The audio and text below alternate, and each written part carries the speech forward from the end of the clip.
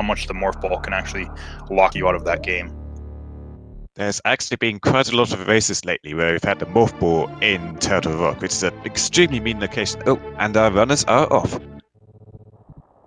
So the first play they're going to make is they're either going to go down into Blue Brinstar and check the 2 items there, or they're just going to take the door in the shaft here and go straight into Link to the Past. Usually they will just go straight into Link to the Past because there's a lot more items you can check there in the early game.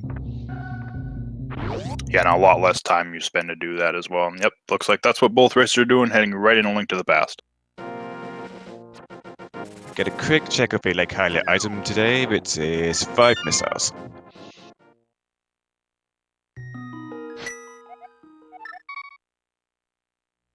SuperNinTaylor is going to the Sanctuary, he gets a key for the escape, and Benteezy gets an energy tank from Link's house, which is great to have early on in Super Metroid. When in Super Metroid, even and you only have a power suit, stuff does quite a lot of damage to you. You really want to get those extra energy tanks for early safety.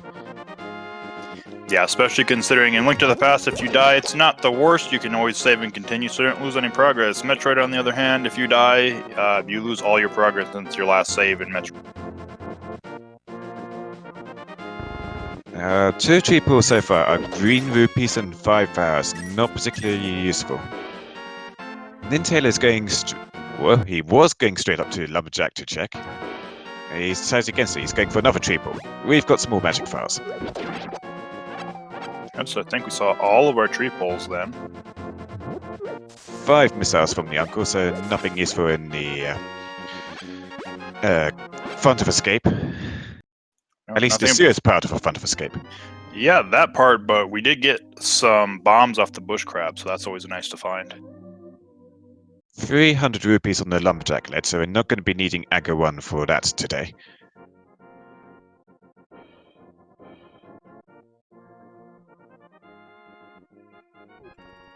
And Benteezy he's going straight into Lost Woods, but he's not checking Lumberjack for now.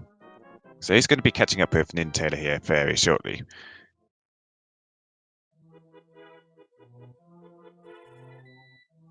SuperNinTaylor maxing out his bombs from that bush crab, very useful bush crab. And we've got another energy tank at the mushroom spot, so that is very beneficial for Super Metroid, but now we're going to be looking for some other progression for Super Metroid, like the Morph Ball, or the Screw Attack, or the Speed Booster. Oh, Bombers in the Thieves' Hut today.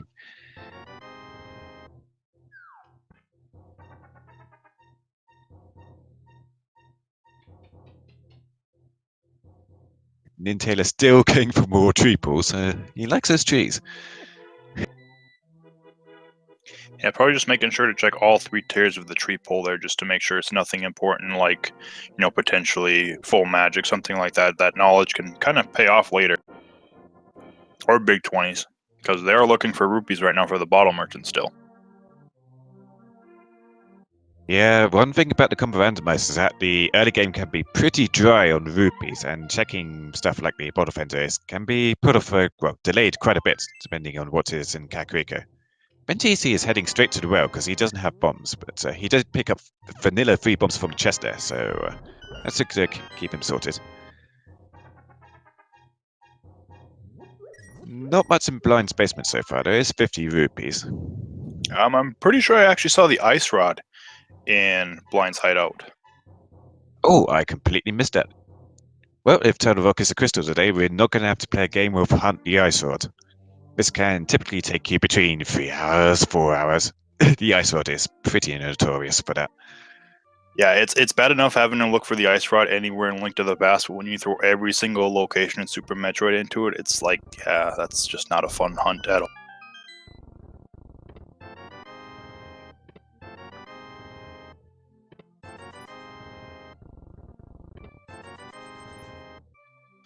But I think that's really been the only kind of major item we found in Kakariko so far between the 2 dense locations, so still really not any kind of progression. Yeah, this is Ice Rod and Bomber's Medallion are mostly late game progression in Link to the Past. And the bombers may not be necessary if you don't need to go into Ice Palace without the Fire Rod, or you don't need to enter Misery Mile or Turtle Rock. We do have a Book of Medora from the Bottle Fender today. So could be seeing some early desert plays, if we find a sword or other means of attacking. I think that is our first Super Missile pack in the Chicken Hut, and that is very good to have early game in Super Metroid. Yeah, I'm pretty sure that is our first Super Missile. I don't remember seeing any of those so far. That was a very quick map check. I think that was a 5/6 crystal in Tower of Hera and the green pendant at Eastern Palace. I didn't quite catch the Desert Palace item. Desert Palace was our second 5/6 crystal.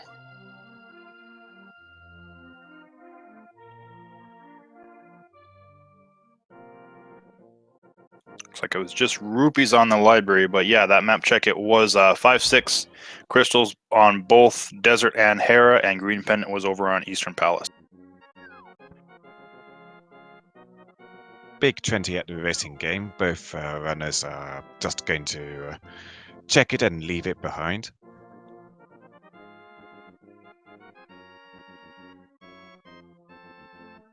Benteezy not taking the save and crit. I wonder where he's going. I'm not actually sure.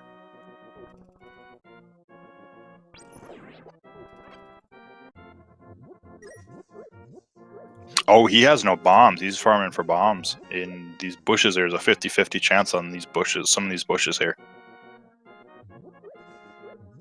Right, yes, he does need a few bombs for the mini Moldorm cave, but he does have the ice rods to use against the Moldorms in there as well, if he wishes.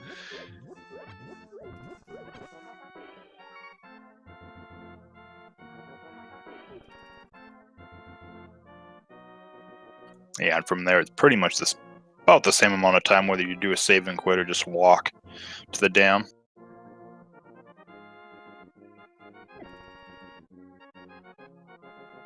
Oh, we've got some underwater flippers today. Somebody lost their flippers. We're swimming there at the dam. Also, a note to our viewers, the flippers have finally been added onto the tracker just today, so now we're not going to be wondering if our runners have flippers or not.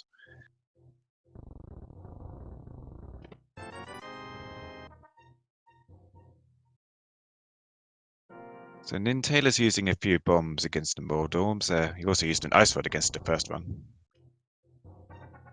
And gets him down without any problems.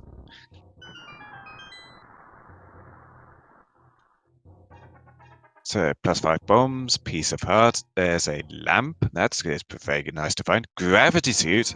And oh, that is both suits in the mini Moldorm cave. Wow. I'm going to say that's probably going to be our height cave of the seed there. I don't think we're going to be beating that.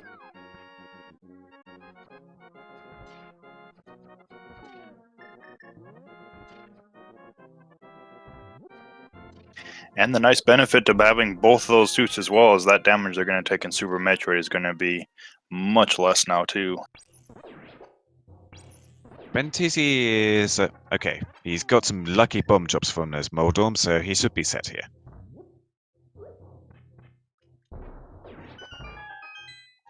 This is an extremely stacked cave, both suits and the lamp. I've never seen anything like this in the tournament so far. That opens up a lot of Super Metroid once they find that Morph Ball. It gets them into anywhere they like in Norfair and anywhere they like in Meridia. They are going to probably want some additional mobility for at least Meridia, though, such as the Speed Booster or Space Jump. High jump boots would also be particularly useful if you want to get into, say, like Lower Norfair through the main entrance without having the space jump, for example. You can also see some people pull off gravity jumps by doing a jump and just before actually launching into the air, moving their gravity suit to give them extra momentum jumping through the lava.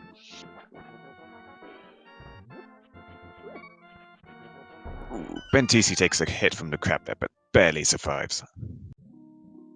Yeah, those suits might reduce the damage in Super Metroid, but not in Link to the Past, and those crabs hurt on Green Mail. Our runners are still only on 3 hearts, so pretty lethal craps. SuperNinTaylor is going over to Agina, and then I think he's going to go straight to Desert Palace afterwards. If he has enough magic, I think he can actually kill Lamb Molus with the Ice Rod. It's going to be pretty tight for him. He has to be accurate with his shots. And I don't actually know if having the Ice Rod would put Lamb Molus in logic. That said, he is going to need the Power Gloves to get into the back of there anyway, so it's kind of a moot point right now. Benteezy is... sorry. I was going to say, no, but potentially this could be an interesting play just because of the 2 items that can be in Desert. He's making this play with that book. We'll see if there's something important over here. Benteezy is immediately checking out the flip items. So we've got the bow from the hobo today. I have a feeling Benteezy might be making a play to Eastern Palace very soon. He's got everything he needs to clear it out logically, even the lamp. Yep, he has the lamp, he has the bow. That dungeon can be cleared within logic. And it's a green pendant, so that's 4 items at that point that dungeon is worth.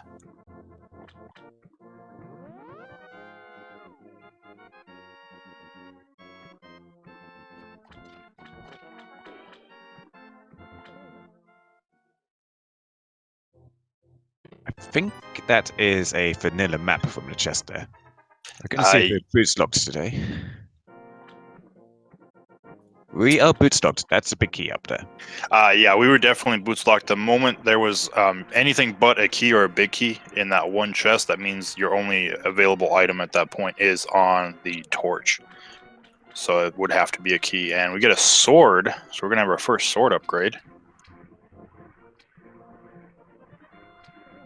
Yeah, those early flippers really paying off here. Although Benteezy is making his way to King's Orb, but he is really, really short of money for that. Oh, he finally realizes and is taking the south route now.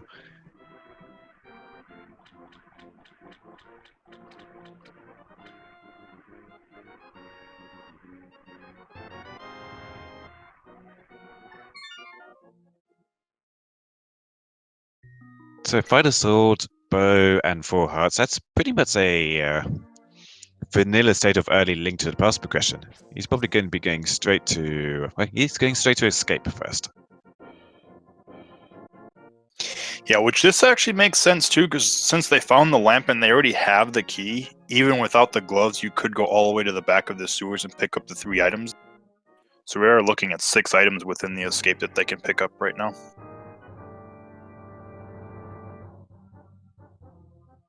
SuperNinTaylor is also heading into escape, but he doesn't have that sword. He does have a lot of magic and a few bombs there, so he should be able to get to the back of it without any problems.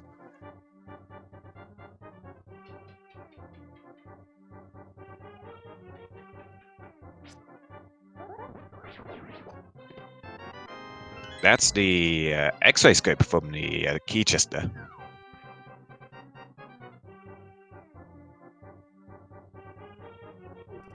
We don't have any charge or plasma beam yet to pull off microwave strats on the later bosses in Super Metroid, but they could pop up pretty much anywhere.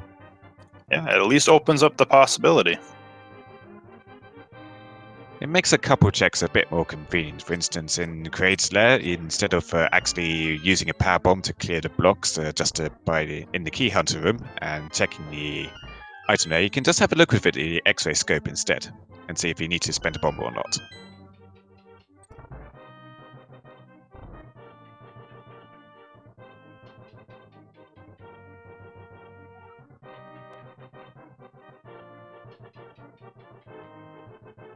Benteezy switches to his bow, whilst SuperNinTaylor switches to his ice rod.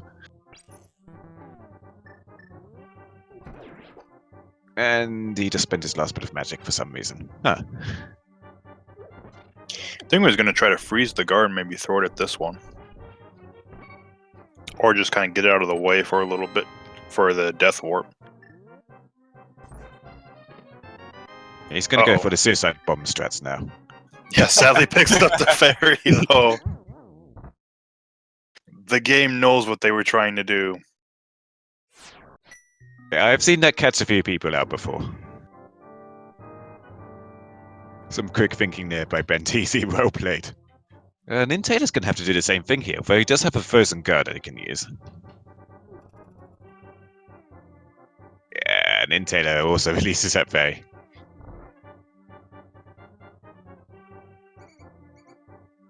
Possibly the most inconvenient fairy in a bottle you could find in anywhere in the game.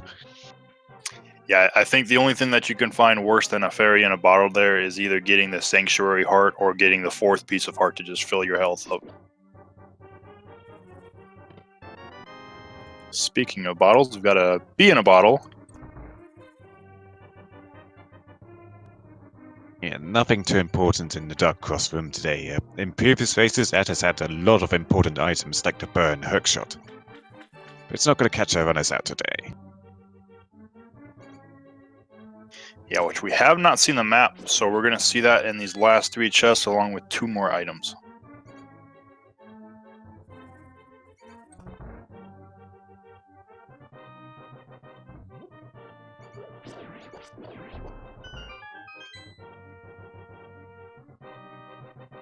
We've got 5 missiles, there's no map, and the morph ball. Okay, no late game morph ball today.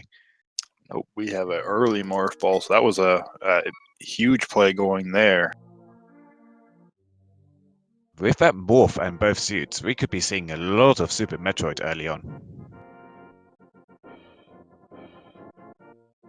I don't recall if they picked up any power bomb packs yet, though, which would be inconvenient. No, I do. I'm pretty sure we actually have not seen powerbomb packs yet. Right, so yeah, Benteezy is foregoing Super Metroid because of that, and heading to Eastern Palace anyway.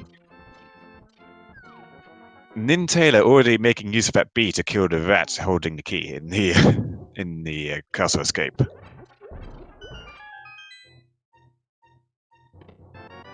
So in the back of Sahaswara's hut, we have lots of missiles and a hut container.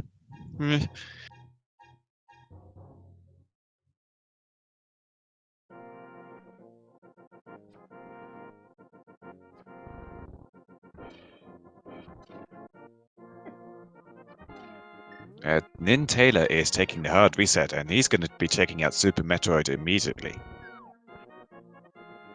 Which this doesn't surprise me because he's missing that bow from the hobo, whereas Benteezy can clear this, and with it being a green pen, is 4 items. So this could be absolutely nothing, but it could be a huge item as well for Benteezy. We'll see here in the next few minutes.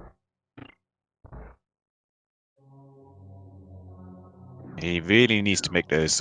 NinTaylor really needs to make those flippers check as soon as he can for the bow and the sword on the soil ledge.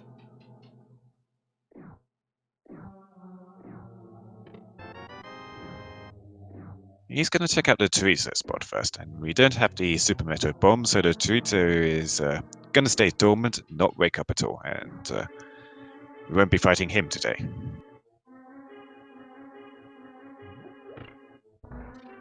There's 2 places in Super Metroid where events happen that if you don't have the items that you would normally get in those areas, the events don't actually happen. If you don't have the bombs from when you go into the chorizo room, he's not actually going to wake up and fight you. If you don't have the speed booster when you go into the speed boost room, when you exit, the lava isn't going to rise up and chase you, forcing you to use a speed boost to escape it.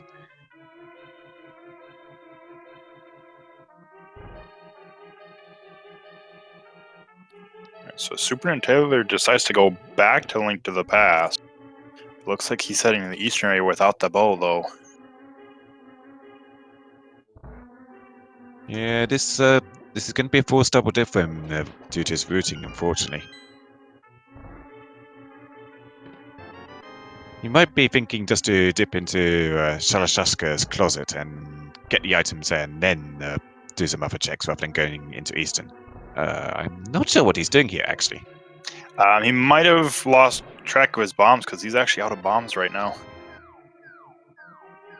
That is a mushroom in the big key chest of Eastern Palace. So that's one more check.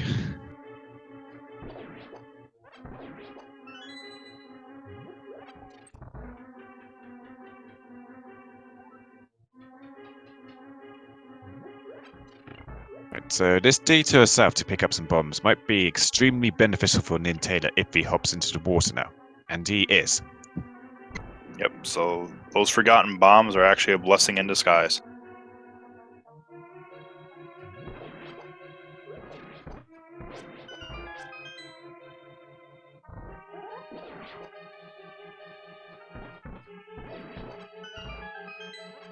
Benteezy takes care of those red eagles in one cycle. Yeah, and he's getting really lucky with those bomb drops, getting another 4 bomb drop there when he was down to 1. He looks like he's in a good spot for the quick almost kill. Yep, nicely done. So nothing much in Eastern Palace apart from the mushroom, but we do get a green pendant check very shortly afterwards.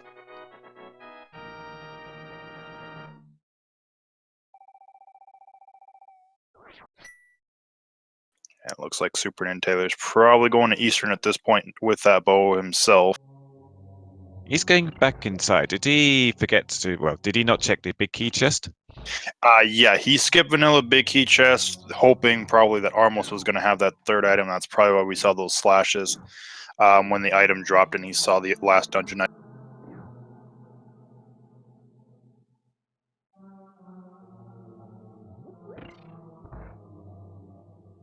So SuperNinTaylor might be able to make up a little bit of time here if he goes for that big key chest.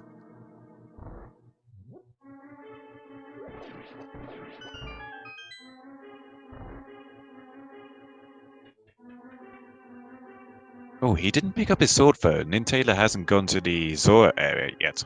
Nope, Shouldn't he be did. So he did a save and quit right when he got the bow. Shouldn't be a problem for clearing out Eastern Palace. He's got the bow and plenty of hours to take care of anything in there. Yeah, and even if he was low on arrows for some reason, he's got, there's plenty of pots you can pick up to get arrows as well.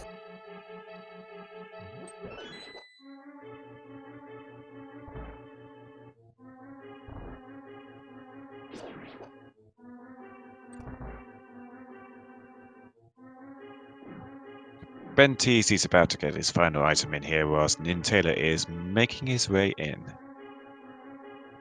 He's probably going to go for a damage boost off the enemy here. Yep, nicely done. There's our first power bomb pack. So that makes Super Metroid even better.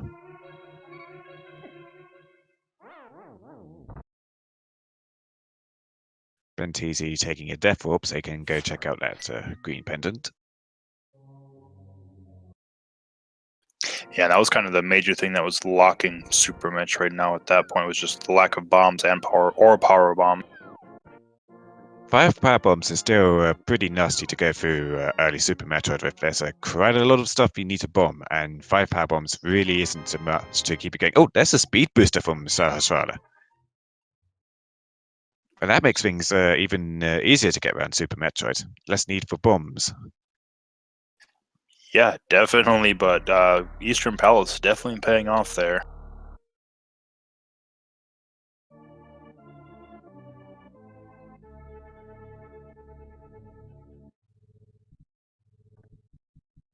And quite predictably, Benteezy is going straight to Metroid rather than, say, checking out Desert Palace.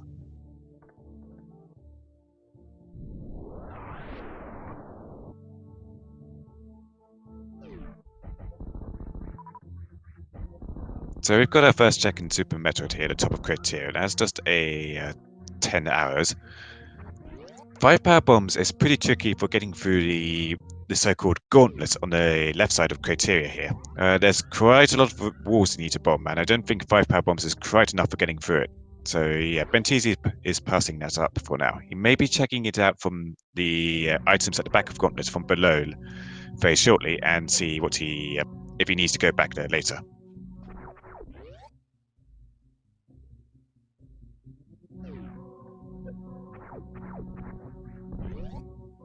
SuperNinTaylor is going straight for that big key chest.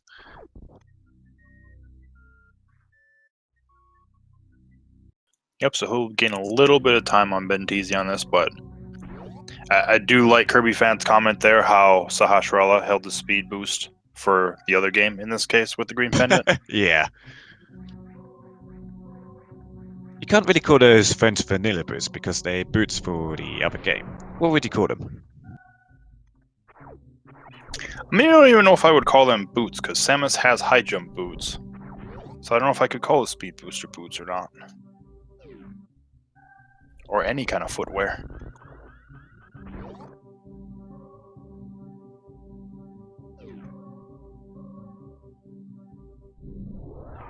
So Benteezy uses a power bomb here to get into the back of Gauntlet so he can see what items he may find here later. There's one more item in the front of Gauntlet that he could get right now if he chooses. Just a piece of heart and 5 missiles at the back, so we're not going to be needing those.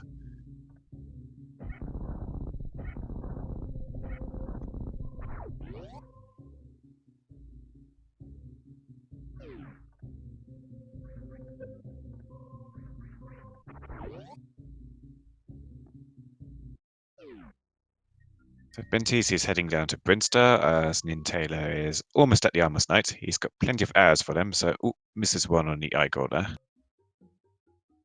Yep, just a little too late.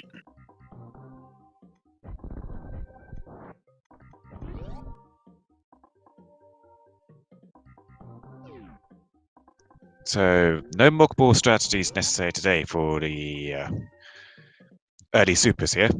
We can just speed boost through like the game intended, and there are other boots. Boots locking boots. I'm not sure if you saw the item that he ran past on the way here, but it was the Master Sword. Oh yes.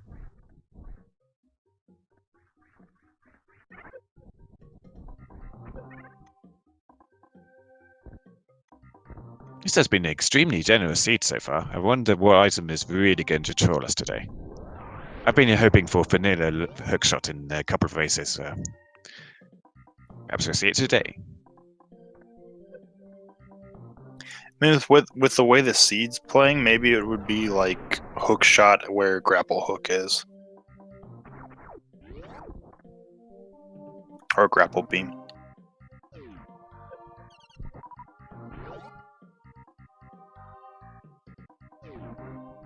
Benteezy has got, well, I mean, SuperNinTaylor has got his own speed booster from Sahasrara, and I think he's looping south so he can go do the Zora area check. Which is going to work for him because he's going to get a sword from there.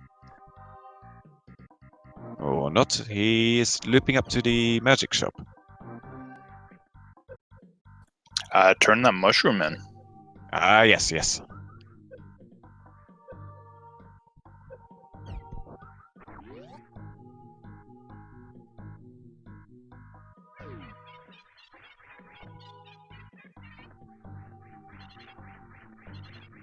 So Benteezy demonstrating the superior wall jumping technique here. You don't jump from wall to wall like the Edicans do, you just simply stay on the same wall.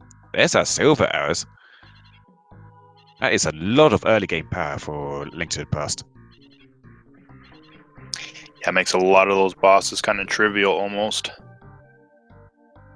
And the mushroom was completely worthless today, 5 rupees.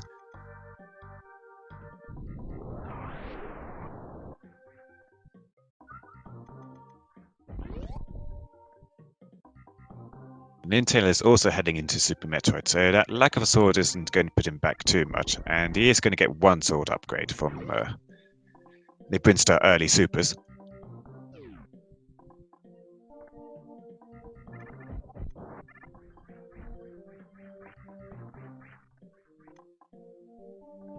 Quite convenient super missile pack there because we may be seeing a pretty tricky trick, as it were, to get a spore spawn skip and check what's behind him. So I'll talk about that when Benteezy gets there. Meanwhile, SuperNinTaylor is going down into Blue Brinstar. We have Samaria.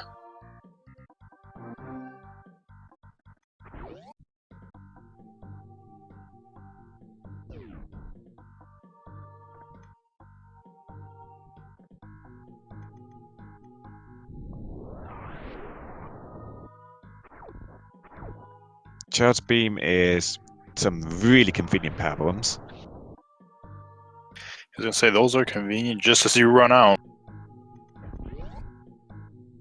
Now, often you'll see runners pull off a trick in this room called the water ray to get through these speed booster blocks because they usually won't have gravity suit at this point. But we do have a gravity suit, so we can just go through like the game originally intended for a mere 10 hours.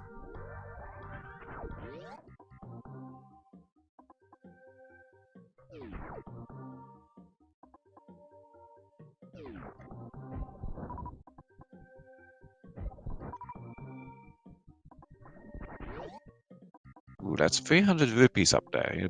Nintendo's definitely going to stop by to get those. Especially since he's still yet to do King's Sword. And there's the wave beam.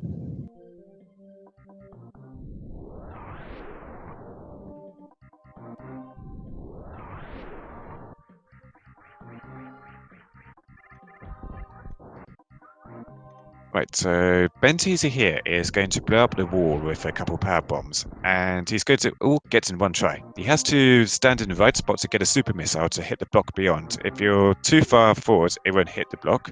If you're too far back, the super missile will despawn. So it's a pretty tricky sequence break to pull off. But he gets in one try, which is very impressive. But behind Spore Spawn are only 5 missiles.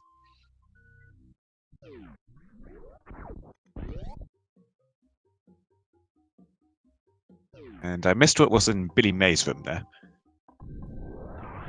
I believe it was just 20 rupees.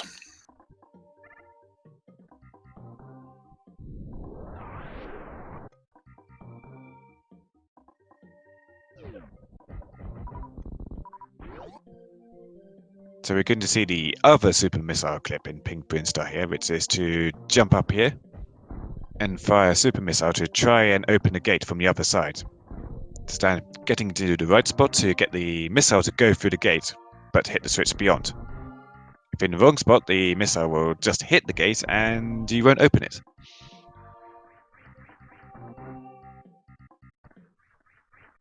Yeah, I didn't hear the door opening, so he did miss it.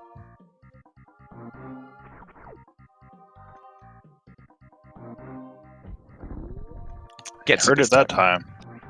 Be one of those places that SuperNinTaylor will be able to make a little bit of time on him, though. With the wave beam, he won't have to do that.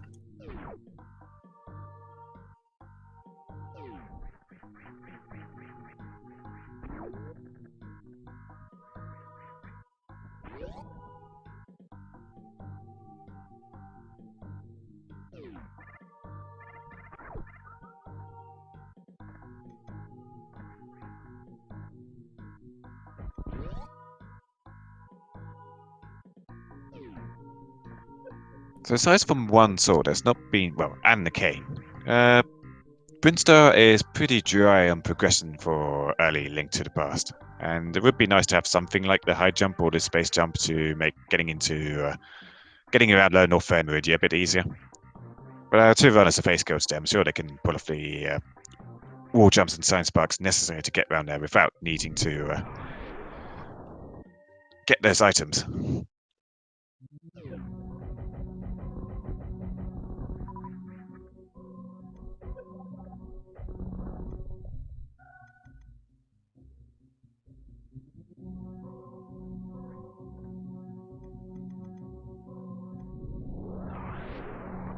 So Benteezy is going to get his wave beam pretty shortly.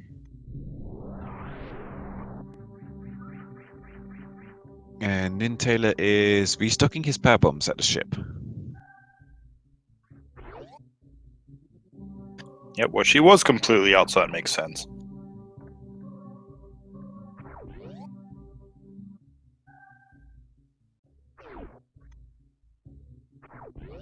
And NinTaylor's going to go straight up to Gauntlet and check that with the few power bombs they have. We haven't seen what the front of Gauntlet is yet, and I actually didn't see if NinTaylor checked the back of Gauntlet. No, he went down to Blue Brinstar first, and then came right back up.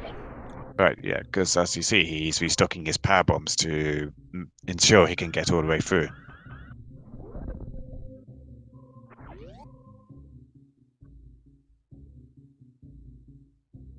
Although he's deciding, well, they're deciding against it. I think he's going to go for a short charge here to make his way up to the top of criteria. No, he's shine sparking straight through. Ah, yeah, he opened the door and he's just going to shine spark through these blocks. Very good.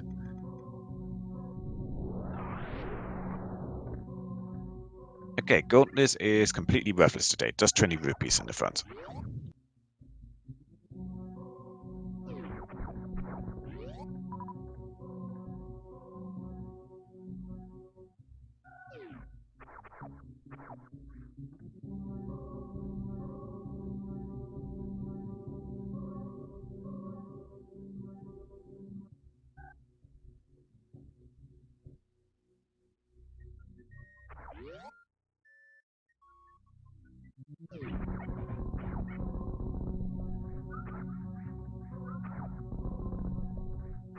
Something else we could see that I don't think we saw on SuperNinTaylor side was the check of the shaft supers here.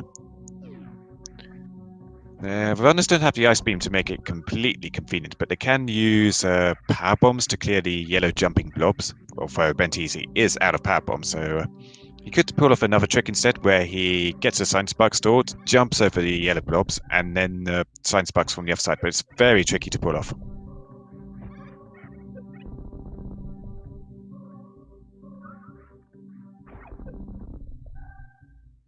He's just leaving it for now because no power bombs to even get in that room. Yep, so both runners leaving that item behind. Well, I guess we'll see if either one ends up coming back to check this, because it's kind of a little out of the way now.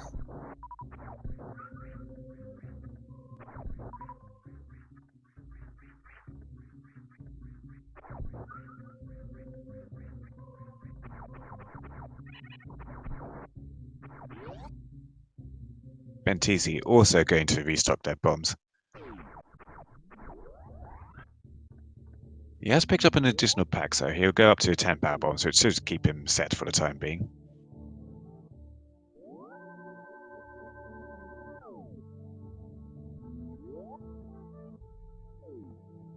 SuperNinTaylor sees that sword and immediately goes for it, though they will have to get out of the room and back in to reset those barricades.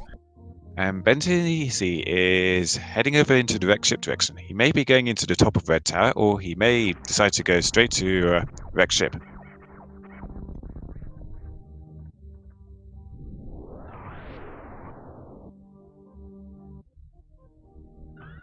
Looks like he's going to the wreck ship direction because he's setting up a shine spark here.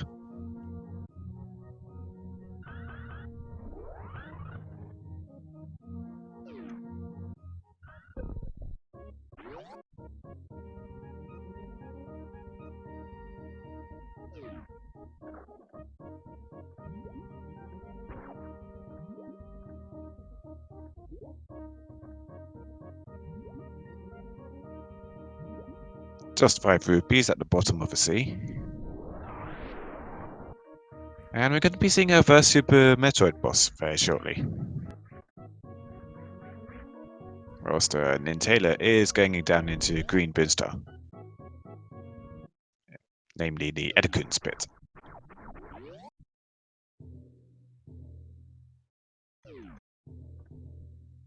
A lot of the races so far have had the wreck ship extremely dry on items, so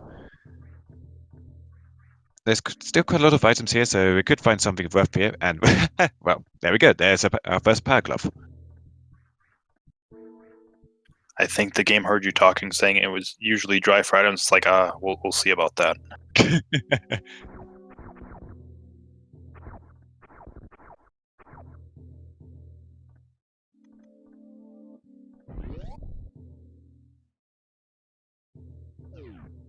So we're going in pretty low on energy tanks for Phantoon, but we do have a Failure and Gravity Suit, so we've got quite a lot of defensive capability for that. Also, plenty of missiles for taking out Phantoon, so as long as they don't take too many hits, it shouldn't be too much of a problem for Benteezy.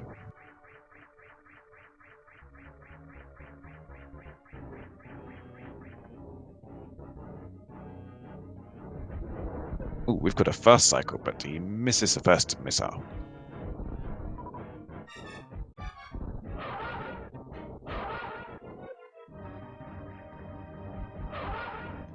Gets a few hits there.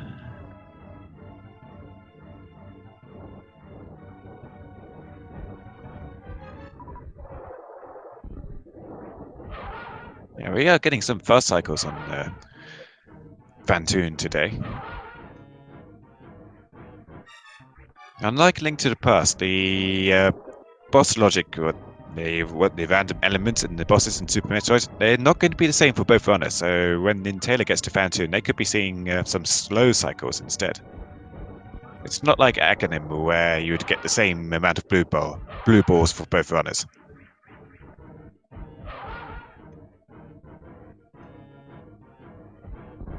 Right, Vantoon's pretty near death. A couple more missiles and one super should take him out.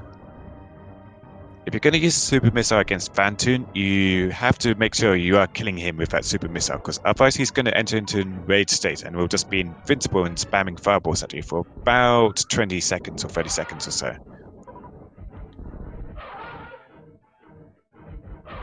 Okay, one more super to take out Vantoon at this point.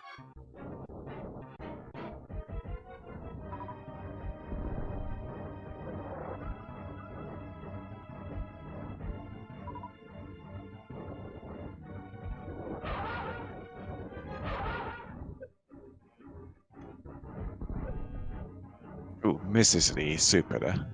Yeah, Vantoon with the juke there.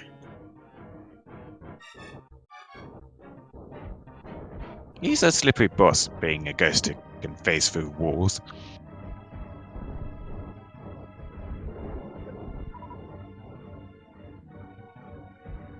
Benteezy running dry on missiles here, but one super should be enough to take out Vantoon anyway.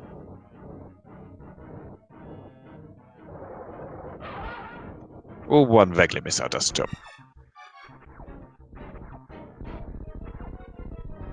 So that is our first Super Metroid boss down for Benteezy.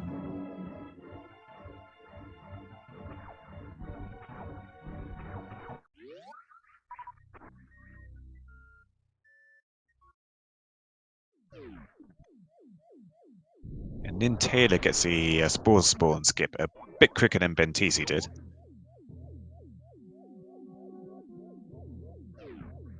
And they can just use a Wave Beam to open the gate there. No clipping necessary.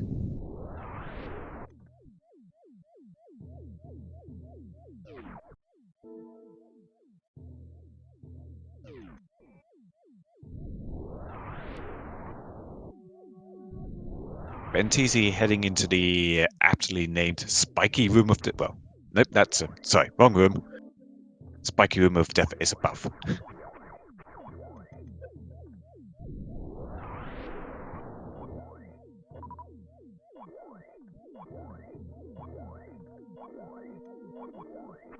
Getting blocked by that robot there.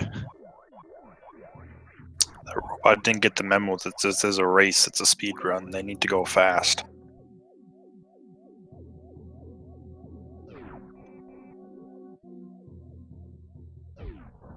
NinTaylor, meanwhile, is going deep into Brinstar across the Noob Bridge. When I played Super Metroid as a kid, that bridge never thwarted me. I read the manual. And they're going to go to the top of Red Town and check the few items here. We've got to do a pretty tricky wall jump up here. Break the blocks up above and then wall jump back up again to get through the blocks before they respawn. It's fairly hard to pull off. It's a route you normally see in NMG. Switch to the super missiles for taking out these really inconvenient rippers. Yeah, I was gonna say SuperNinTaylor's had about enough of them.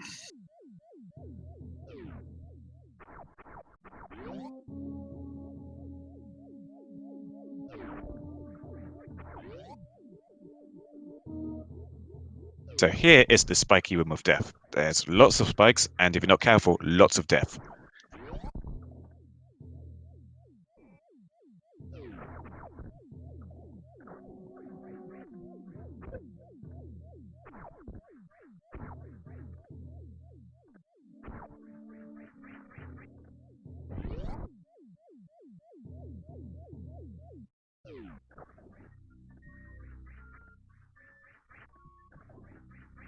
Ooh, we've got screw attack here. Well, the spiky room of death leads to death. Oh, and there is our other power glove at the top of Red Tower for SuperNinTaylor. So we're going to get some early Titan Smiths here.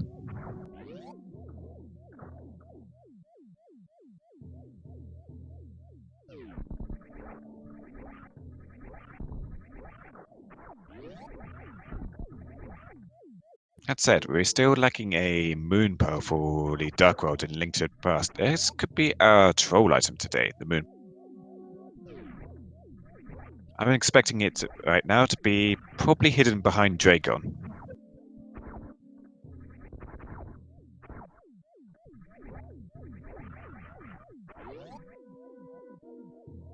I'm sure I know where chat would like to have a troll item or an item like that, because nobody gets to see Shack Tool. Shacktool is an absolute scoundrel, a wretch. You never want to see Shacktool, even if he has an item of worth. And I'm very disappointed by each runner that doesn't decide to kill Shacktool on their way out after checking it. He deserves it. I'm not sure if you saw what else is at Red Tower, but SuperNinTaylor picked up the hammer. Ooh, that is extremely nice to have. And we can't actually get up to make use of that hammer much right now because we don't have the moon power for getting around the Dark World, and we also don't have the mirror for getting up to the top of Death Mountain and using the hammer to get over to the east side. But some of our notorious Link to the Past items are proving particularly generous today, not being found in particularly nasty locations at all.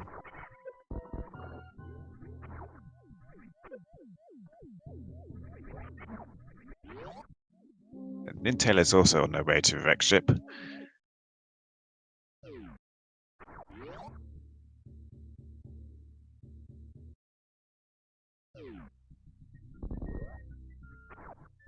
Oh, that's plasma. Benteezy will almost certainly be going back for that. Yeah, I was gonna say I have a feeling we might be seeing that again shortly.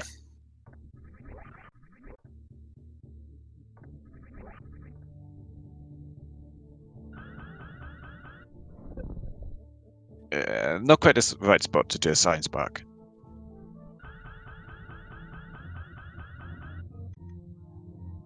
He's just going to check the items down here first.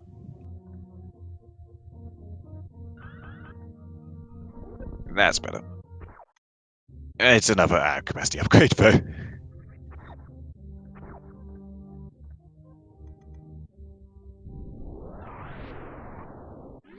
So SuperNinTaylor is very shortly going to get their Titan Smiths. Yep. So he's actually... Yeah, he's heading over to Fantoon, but he's a bit lower on energy than Benteezy was, so this might be a bit tricky for him.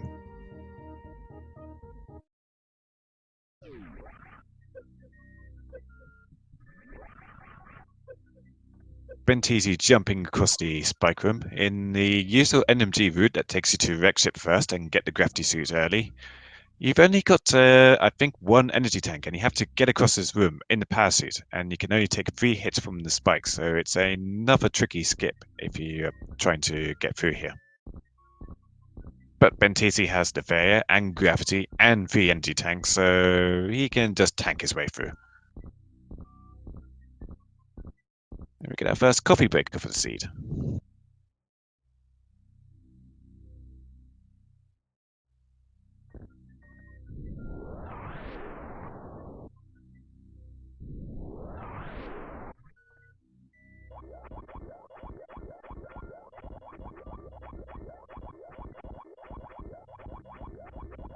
Okay, just 5 rupees down here, but he is going to go ahead and get that plasma beam. And Intel is doing pretty well against Fantoon so far. I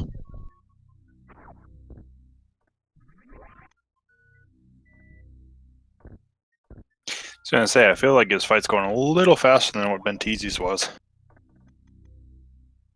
And he's down already. And Intel got a much quicker kill there, yes.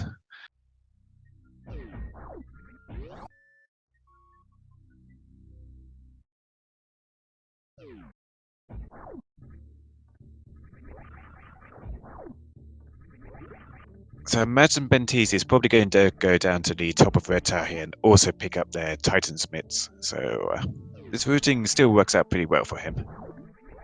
You probably go straight to the bottom of Red Tower and take out Kraid whilst he's added it too. And maybe check out a bit of Norfair, because we do have the speed booster as well.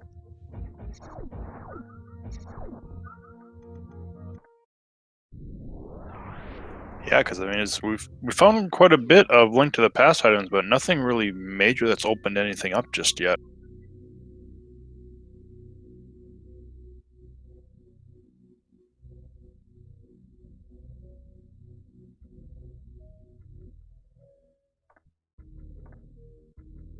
So, although our runners do have the Power Glove and the Lamp to make the first part of Death Mountain in logic, if Benteezy decides to go down to Norfair, you might be seeing him take the exit in Norfair over to Death Mountain, which lets you check the initial part of it without needing the gloves or the lamp at all.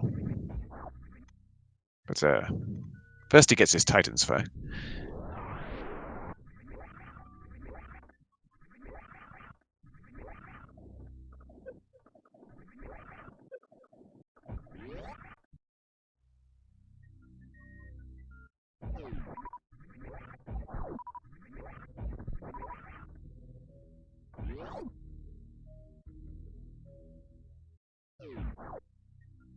Benteezy takes the door transition again. I think he wants to farm the enemies here for some extra power bombs. I can't remember what those enemies are called, but they're the ones that in Metroid Fusion turn into key hunters. Yeah, that's what it looks like he was doing. SuperNinTaylor making his way through that spiky room of death, about to go get his screw attack.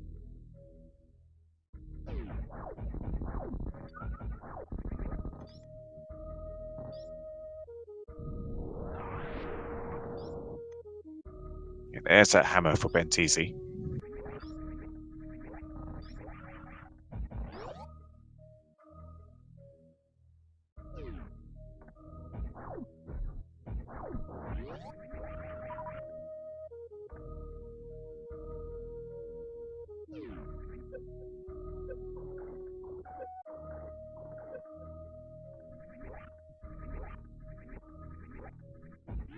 So given their routing so far, Nintaylor's only a little race behind Benteezy. He is missing that sword from the Sora area, but that's about the only thing.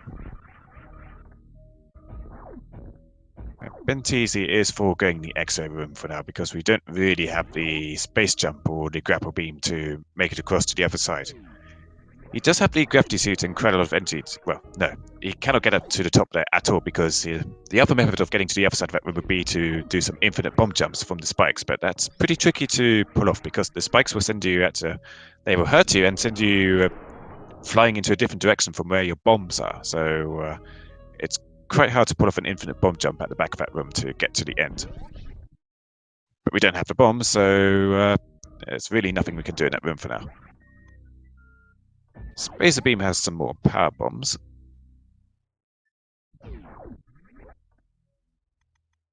And with that Plasma Beam, early Plasma Beam, we're not going to be wanting that Spacer Beam for anything at all this seed. Ice and Charge would still be nice to find for, particularly Charge Beam.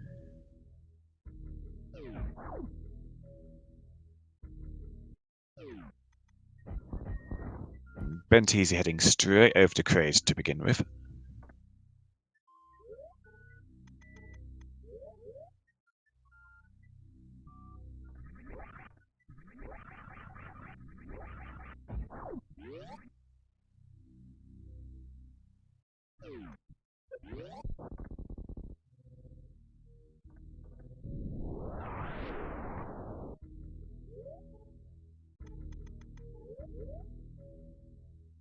I'm not sure why he took off the speed booster for the jump there. Perhaps, would you know why? Or perhaps Jack can fill us in?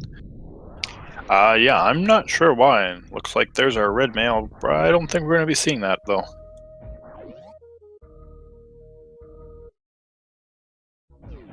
I think that's blue mail, actually. It just appears red in Super Metroid. No, they Did did we get already. blue mail They, update? yep, they picked up blue mail. I believe it was close to charge or at charge B, maybe. Ah, okay.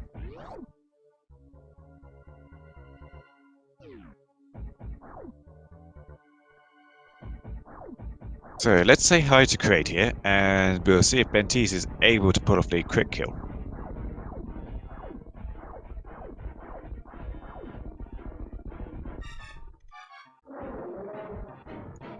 Oh, the hand gets in the way of one super missile there, so Crate's going to stand up, and we get to spend some additional time with him.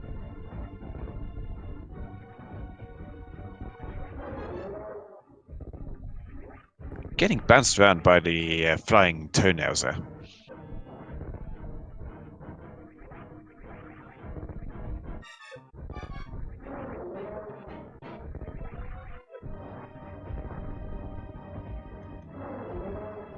And the hand blocks another super missile. Yeah, Kraid just refusing to take that super missile. And he gets the kill now. And not often we get to see Kraid live for that long these days. Poor Kraid. Kraid just wants his time on the screen too.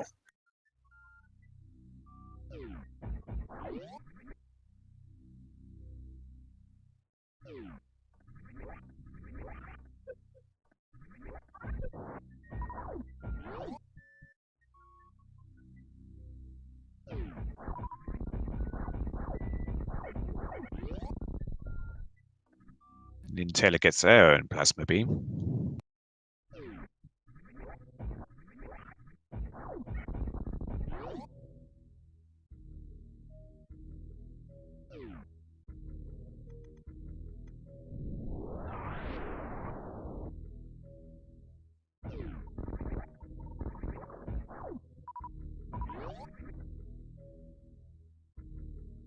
Wesker in chat, our tracker for tonight, points out that SuperNinTaylor nearly had a soft lock there. They ran out of power bombs just before getting the plasma beam.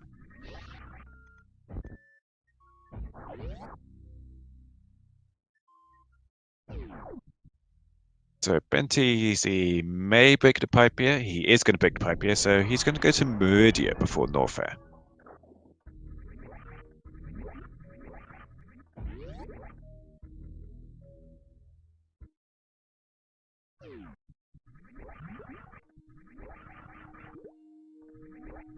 So whilst we have the speed booster for Meridia, we don't have the high jump or space jump, so getting around here is a little bit tricky. First, we're going to see the item up here, which is just some supers. And the other item is 5 missiles.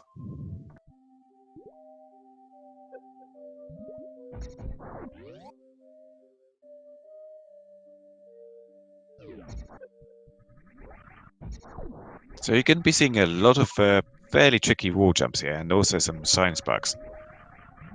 Not too much energy for pulling off all the shine sparks, but should be enough. Since we have got plasma beams so early, those pink space parts aren't much problem.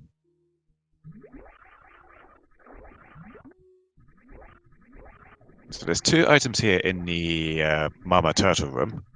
There's a hug container at the top, and Benteezy is going to wall jump up the right side and check the other item.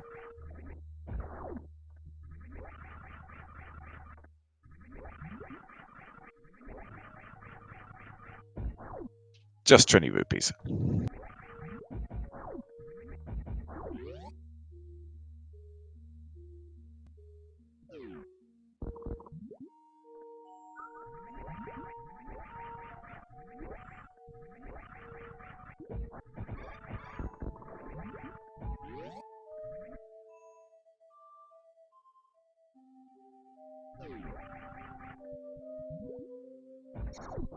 So here's where we're going to get our first shine spark. Benteezy is going to run along the bottom there and gets in one try. Nicely done.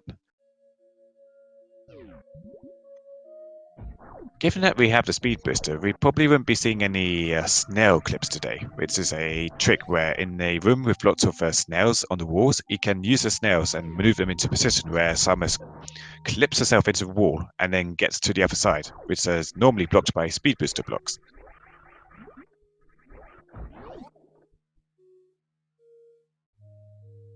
But we're going to be checking out the some people call this the wishing well, some people call it the watering hole.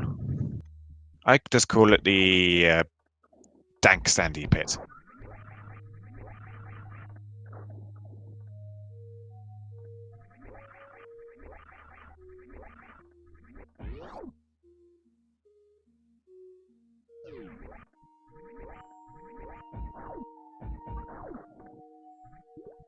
Yeah, we're not going to be needing that spacer beam today. That one item you just don't want to see.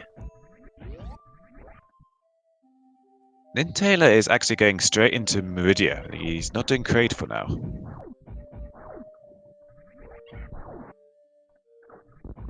Spacer Beam isn't too bad if you never find Plasma. In the NMG route for Vanilla Super Metroid right now, you never pick up the Plasma at all, but you do pick up Spacer for that extra offensive upgrade.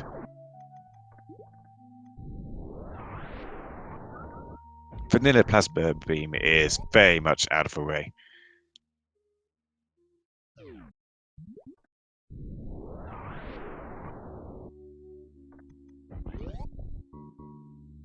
Benteezy is taking the save here, and they're going to be checking out the sandy pit shortly. They're going to go down one sandy pit. If there's no items there, he's going to reset the game and go back to the save room and check out the other sand pit. But first, we get a speed booster up here. 20 rupees and an energy tank. Pretty useful. Just here is where you would normally see the snail clip if our runners didn't have a speed booster.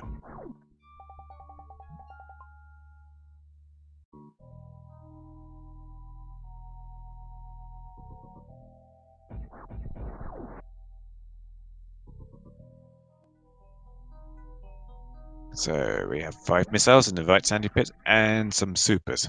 And yeah, Benteezy's just resetting the game and going to check out the other sandy pit. But I don't think he's going to leave behind an energy tank. He will have to pick that up again.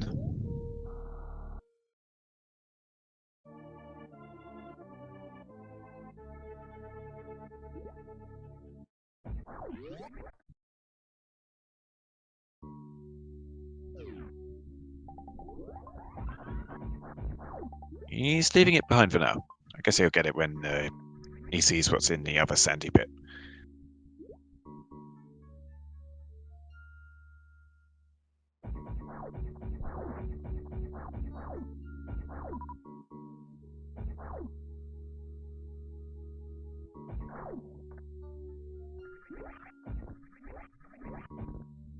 So that looks like 50 rupees, and what is the other item? Just 3 bombs. Okay, sandy pits are useless today. SuperNinTaylor almost grabs that spacer beam, but just decides to leave it behind. Yep, almost decided to grab it.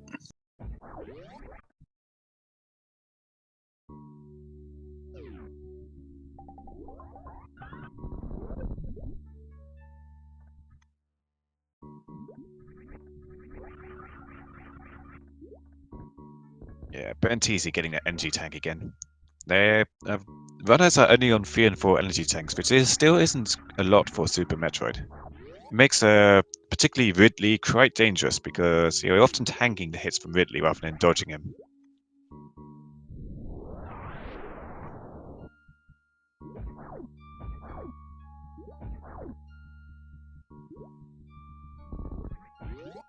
In this room, if our runners had the ice beam, you would be seeing the other kind of clip in Meridia, which is the Metroid clip, where you freeze the Metroid in place and then use it to clip yourself through the ceiling and get to the other side of the room.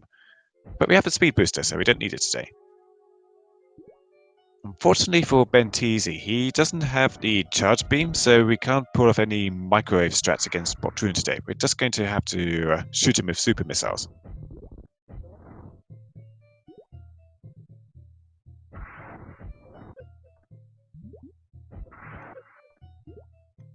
Misses. Oh, gets him down in that with that last regular missile. Almost. Well, he did run out of super missiles there, but he had lost most of his health already.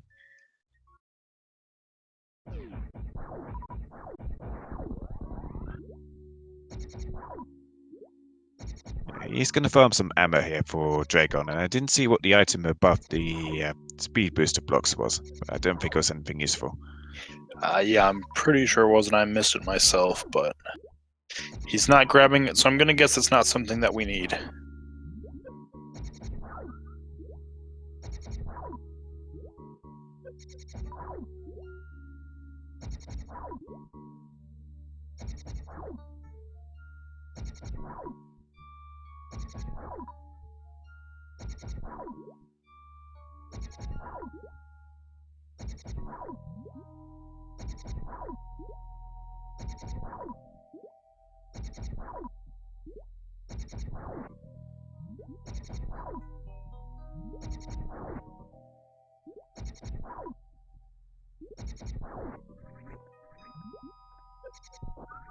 That should be enough super missiles to take out Dragon.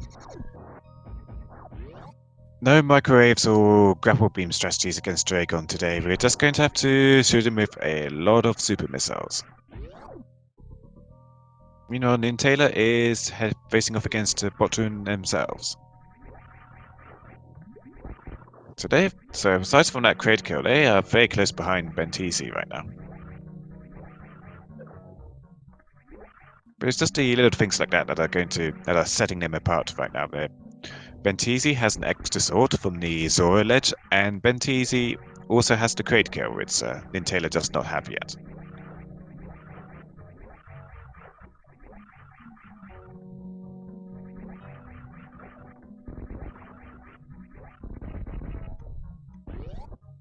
Okay, that just looks like 5 missiles above the speed booster blocks on SuperNinTaylor's side.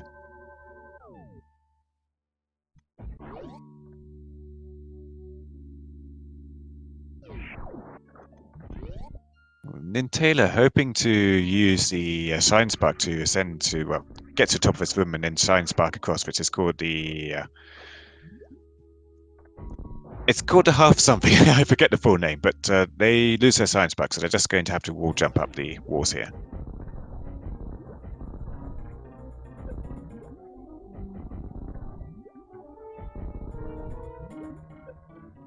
So Benteezy takes out the wall touch in Dragon's room, and it's been said a million times in the races already in this tournament, but it was very recently discovered that these little mini dragons are spelling out apparently Kaiko Love, which is a Easter egg message one of the Super Metroid developers left behind for who they were currently dating.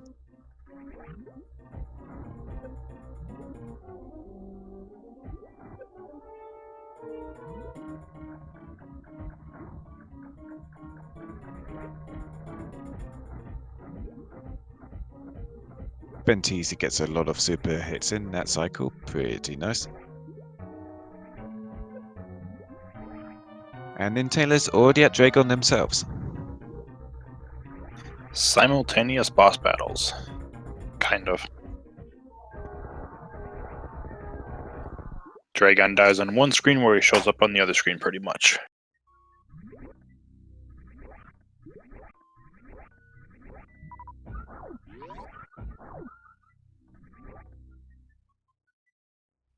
SuperNinTaylor gets grabbed there. You're going to have to shake free.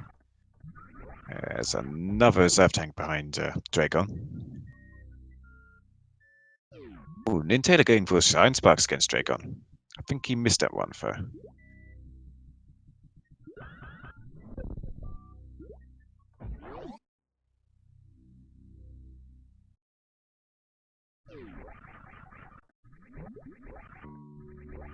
But he looks pretty low on health now. A couple more supers to take him out.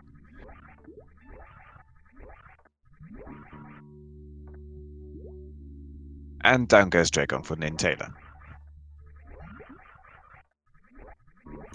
Yeah, really not that far behind at all, other than those little differences, the crate kill and having that sword.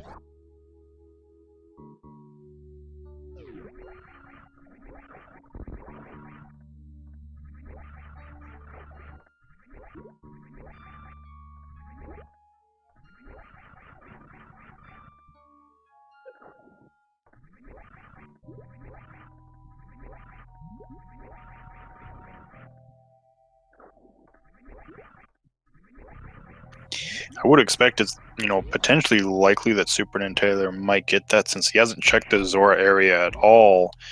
He'll probably have the rupees at this point, more than likely to check Zora while he's there.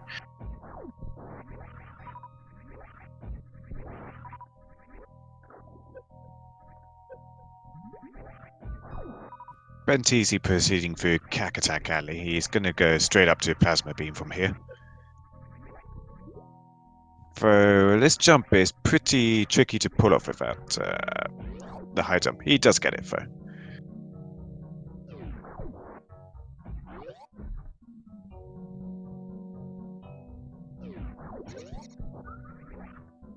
We're not going to be making any stops by Shaktul yet because we don't have the grapple beam. And like other places in Murder, you can use the ice beam to clip yourself through some of the ceilings and get up to Shaktul that way. But it's harder than any of the other clipping tricks, and we don't have the ice beam anyway, so we can forget about Shaktul for now. Yep, one of the two beams that we don't have yet. And don't know the location of.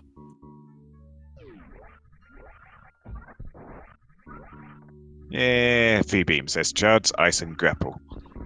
It'd be really nice to find Charge somewhere because we've got pretty much all the other offensive upgrades for the beams. As Chad has been discussing, Ice Beam does add a little bit of damage, but not particularly much. It's mostly useful just in Turian, just for killing the Metroids quicker. If you don't have the Ice Beam though, you can just kill those Metroids. You can just you go for the rooms, you get all the Metroids to latch onto Samus's head, and then you use 3 Power Bombs to kill them all. So nothing at Plasma Beam.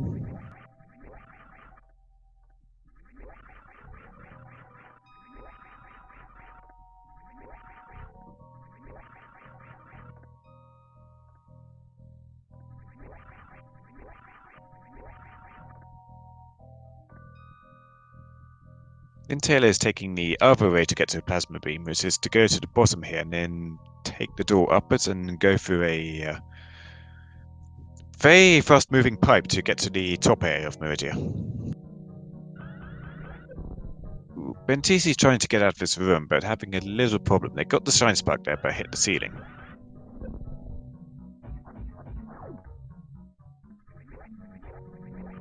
He's going to have to pull off a wall jump to try and get around that block and get to the top.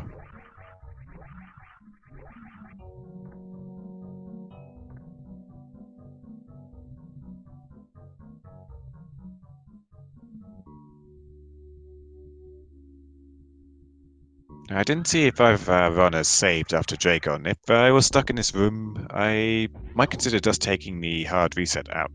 Benteezy does pull off the shine spark this time to get out, whilst Nintaylor's making their way in. Yeah, I'm not sure. I don't believe I saw either racer save after defeating Dragon.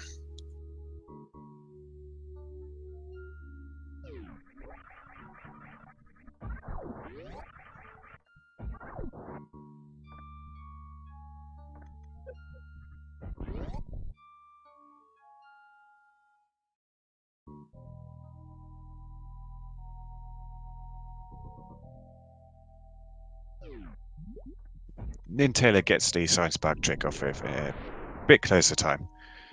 I believe in that room you have to do a technique known as the short charge, where you hold down dash and tap the run button to get a speed booster active in many less frames than you normally would use.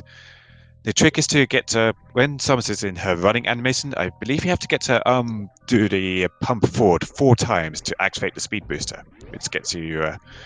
But if you're using the short charge technique, you get those arm pumps in a much shorter distance and activate your speed booster much quicker.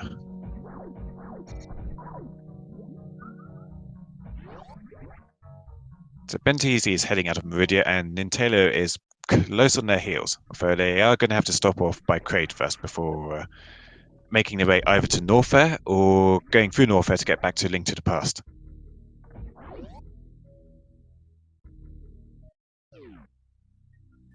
Yeah, we're still missing that Moon Pearl though, so Link to the Past is kind of still locked out because we're still missing, as well as mirror hook shots. So without going to Norfair, we can't get to East Death Mountain.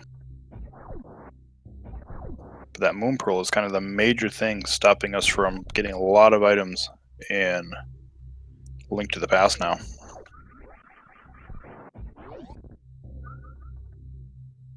Oh, that's the morph bombs just up there near the high jump boots. And the high jump boots itself is $20. Yeah, NinTaylor's going to stop off by Crate first before heading down into Norfair.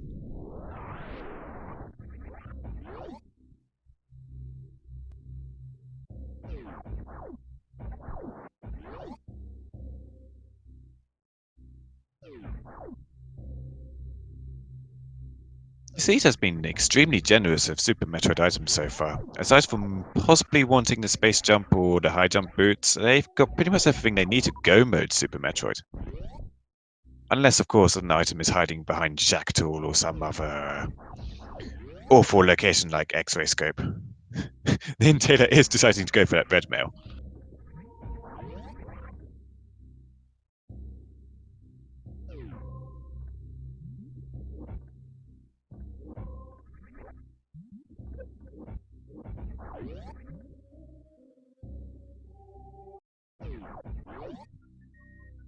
Ice Beam location is 5 missiles. And NinTaylor is heading into Crate. We will see if they can get a quick kill.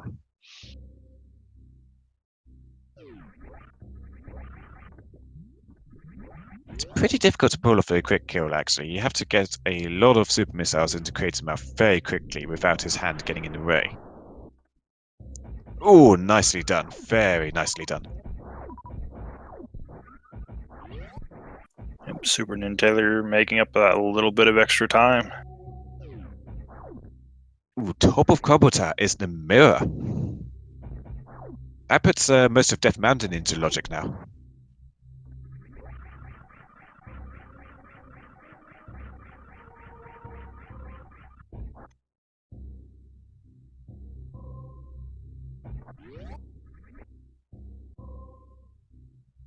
And Benteezy is going to continue on and pay a visit to the Pendant Dungeon of Super Metroid, which is, of course, everyone's favourite boss, Crocomire. Actually, he's going to go up here first before paying a visit to Crocomire. Oh, no, he's just getting some super missiles from the Cack attacks there.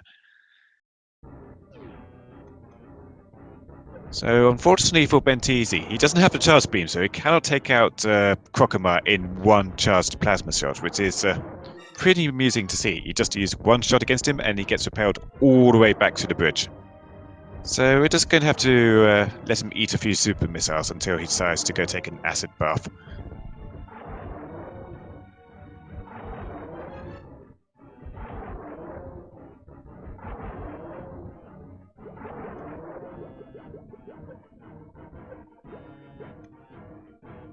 Just some supers behind Croc, but he's hiding quite a bit more items behind him. And we get to see his face melt off.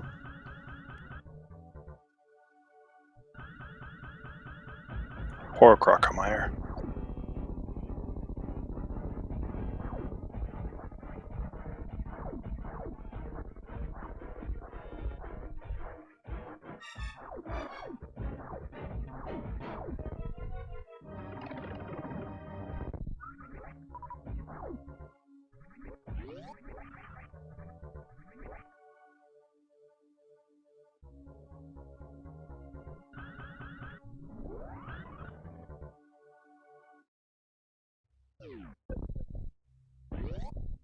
Benteezy takes a science spark across because we have no space jump or grapple beam just yet.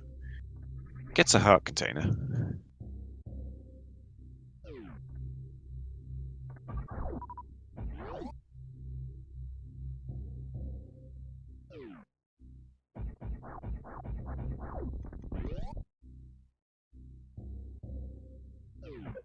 In the cosine room, we find...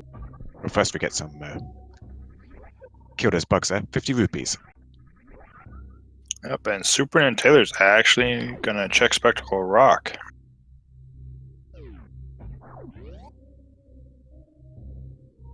Just a heart container in there.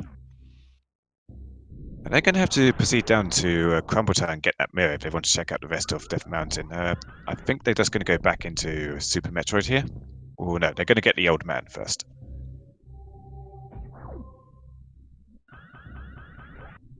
It doesn't take long to make these checks if you're already passing through Northwest, so it's an okay play.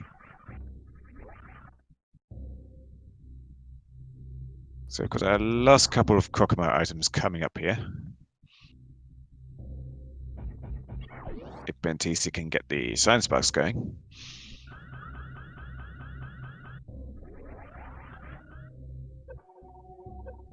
Yeah, without the high jump boots, he actually can't jump up all the way there with just a normal speed booster jump.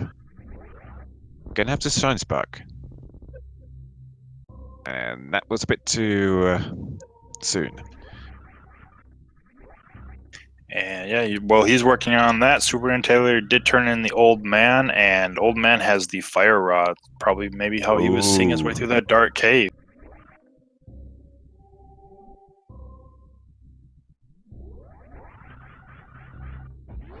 Okay, he pulls off the jump this time. I guess he can do it without high jump boots. My mistake.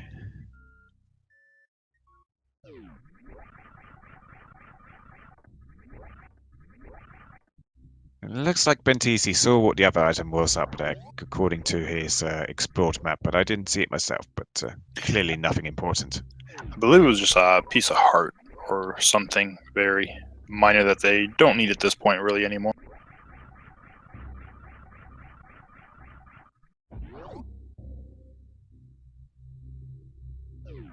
So Crocomire not having much of use today. He did have that mirror right before him. It is of use though. We haven't had a Dark World check yet, so we don't know whether Swamp Palace is a crystal or not. Might be needing it.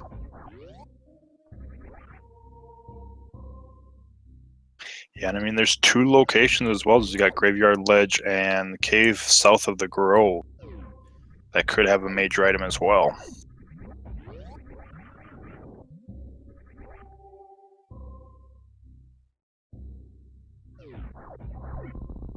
And we know all of our pendants are going to be in the Dark World this time, because we've got 3 crystals in. Well, no. Eastern Palace was a pendant itself, so 2 pendants in the Dark World.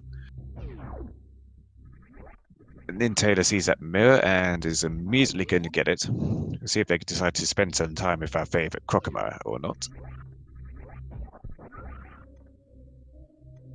Well, I mean, you were talking earlier before we started. You wanted to see something crazy like, vanilla hook shot, and it's possible.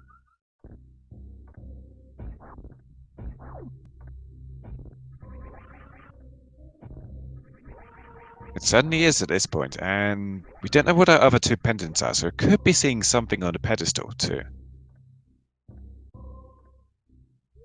Yeah, that's very possible as well. It's been a while since I've actually seen the hookshot on pedestal itself, but if Swamp Palace is a crystal, it could well be there. We did get that book pretty early on for checking the pedestal.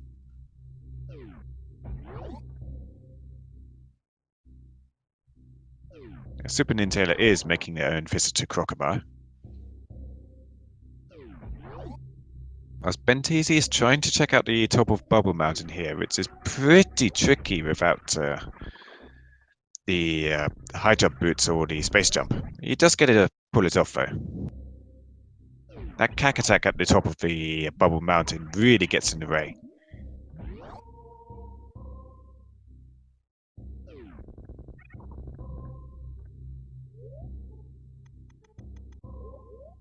Benteezy remembers to put their speed booster back on going through this room. Of course, he does have the speed booster. The lava is going to activate and chase him, but we got our gravity suit really early on, so the lava wouldn't even be that big a deal if he forgot to turn the speed booster back on.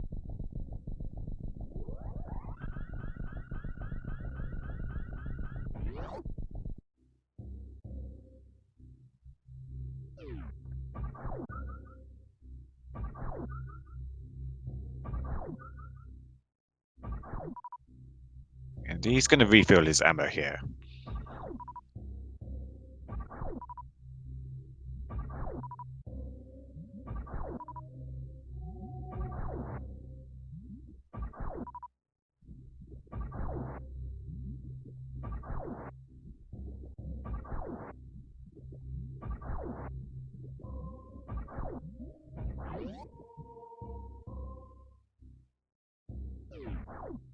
He takes the wrong door. He goes back into this speed booster tunnel for not much reason. And he's going to farm some more ammo.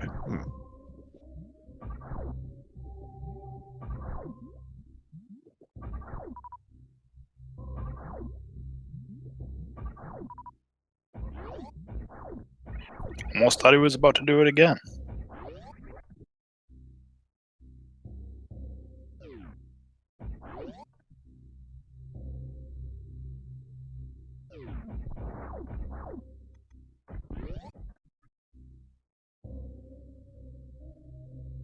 Yep, confirming on SuperNinTaylor side was just a piece of heart. Right. Benteezy misses a jump. He's going to try and get across here and check out the wave beam location.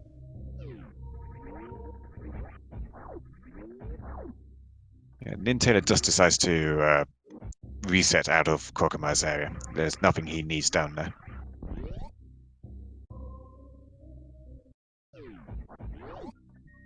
Just $20 at wave beam.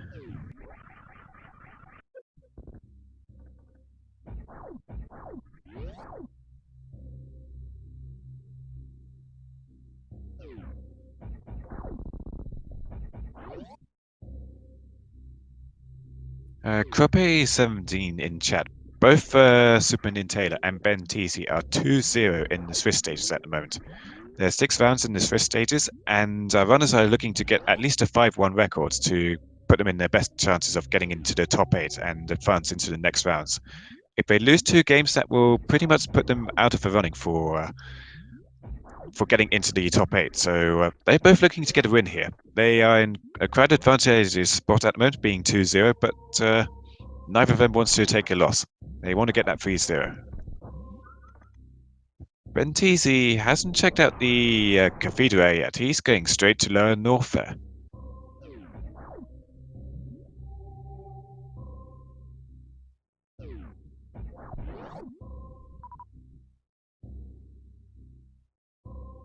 Valvon in chat, according to Challenge, where we have all of our recorded races right now, there are 6 rounds in the Swiss stages. If it is only 5 rounds, that may be incorrect. So if you could fill me in on that, that would be much appreciated.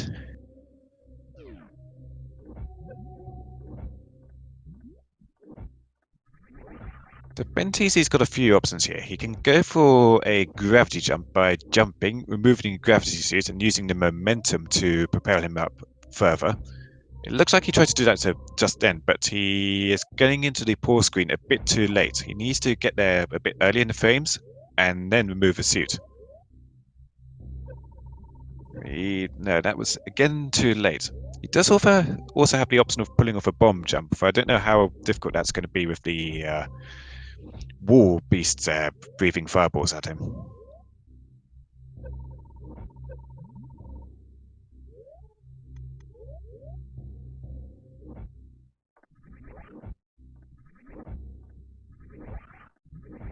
I don't think he's going to be able to actually do this without the high jump boots. Yeah, Wesker in chat, our tracker today, says he does need the high jump boots to be able to do a gravity jump up there. I think he's going to try and do a short charge now and save that short charge to get into the bottom there and then science back up to the top.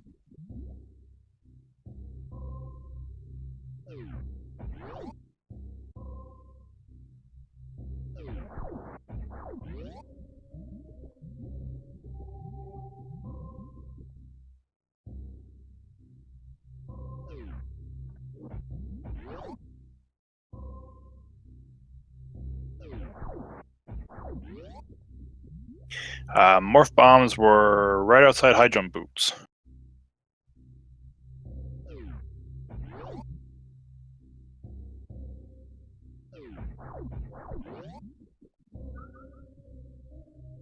Benteezy is having quite some difficulty pulling off the short charge here. That door transition makes it a lot harder to get a short charge in this area.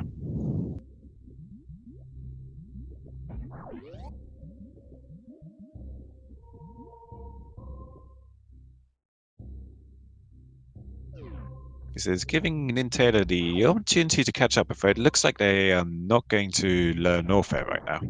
They just got the Wave Beam area.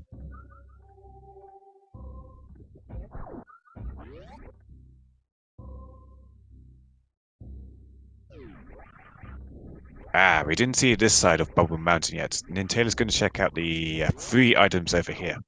First item is 5 missiles.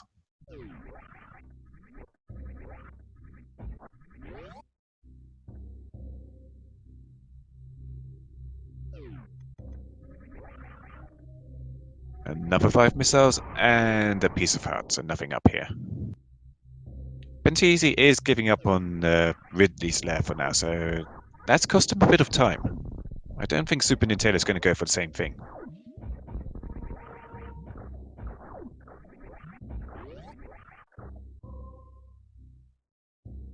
So he's checking out the cathedral now. Called a cathedral because it has a lot of pillars. I don't understand it myself, but that's Super Metroid room naming for you.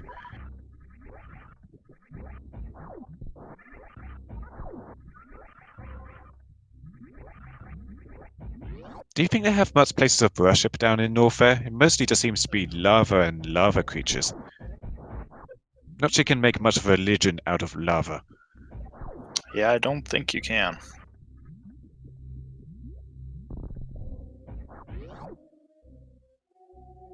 NinTaylor is going to try and get into Ridley's lair. Let's see what they try to do here. Benteezy is heading back out onto Death Mountain, and they are going to use that mirror and hammer to check out the east side and make their way into Hera as well.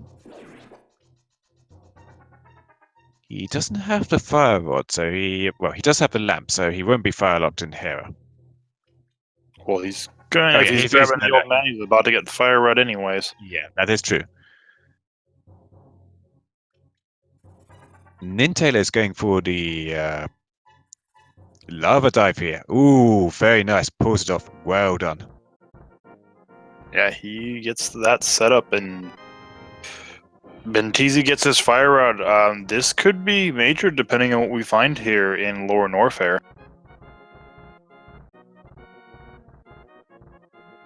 I believe that getting into Lower Norfair here would be in logic because you can use the infinite bomb jump to get up there. Which is one of the tricks that is still present in the normal logic for the combo randomizer. Oh, Benteezy decides to save and quit out of Spectacle Rock. They are not going to check out Death Mountain. Huh.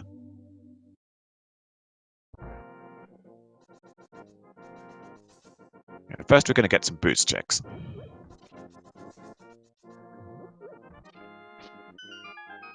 Yep, King's Tomb, Bonk Rocks. We'll see where else Benteezy decides to go. NinTaylor gets through that green gate with just one super missile. Very nice.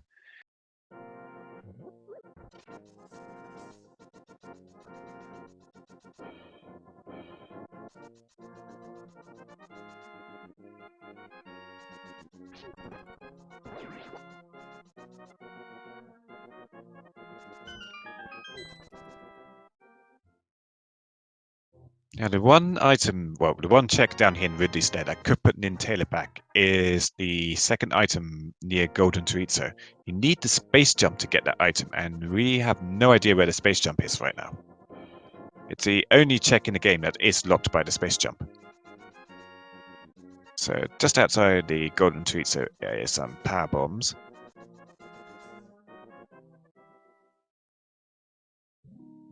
And NinTaylor is going to fight against the Chorizo first before we see the items. Now, something else that NinTaylor can do whilst they're down here is that they can take the door into Link to Pastia and get into Misery Maya area. We don't have the Moon Pearl yet, but it is in logic. We could have the Moon Pearl in Checkerboard Cave.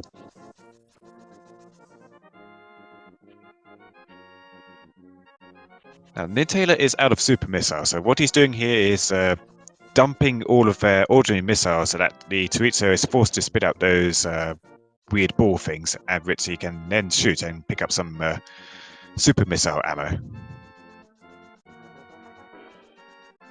So you see here now, he's just spitting out lots of balls, and that allows SuperNinTaylor to replenish their supers. Benteezy is going into Desert Palace.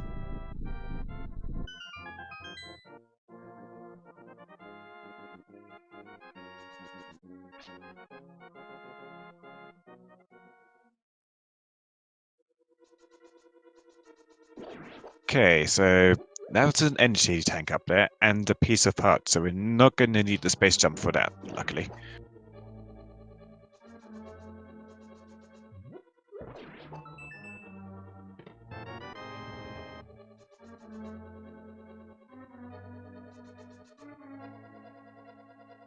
Right, SuperNinTaylor is going into Misery Mire. We're going to get a checkerboard cave check here, and he might also go into Desert Palace from here. Okay, we have pendants at Skullwoods and Ice Palace. And the rest of our dungeons are crystals. And Ether is Misery Mire's required medallion. Ooh, vanilla.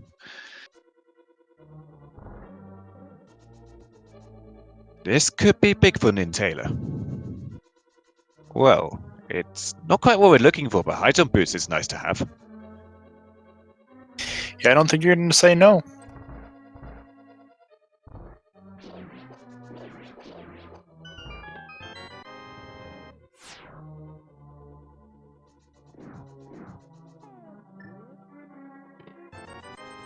From here, SuperNinTaylor's just going to go into Desert Palace. Again, following in Benteezy's steps, although he's got a bit of an advantage now, having made that play into Lower Norfair. Looks like he's going to use his Super Bunny to check the Mire Shed. It looks like he was trying. He tried it once, but it didn't work out for him. Might be trying it again. I've completely forgotten how Super Bunny works, to be perfectly honest, because you see the Super Bunny trick so very rarely these days. I know in earlier versions of Link to the Past Randomizer, you needed the Super Bunny trick in Logic to check out the so-called Super Bunny Cave, but there hasn't been an actual required logical check for a long time now. So you very rarely see Super Bunny these days. Yeah, if I'm not mistaken, to do the Super Bunny, you use the mirror the same frame as you enter the Mire Shed.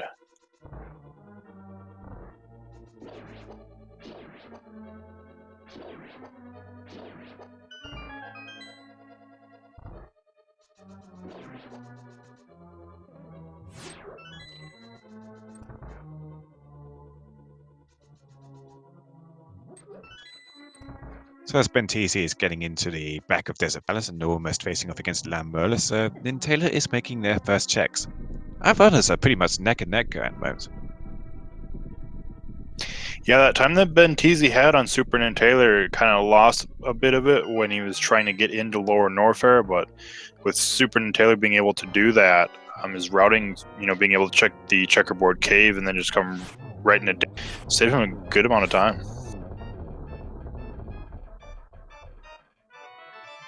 Ooh, Ice Beam from Lammerless. That's useful.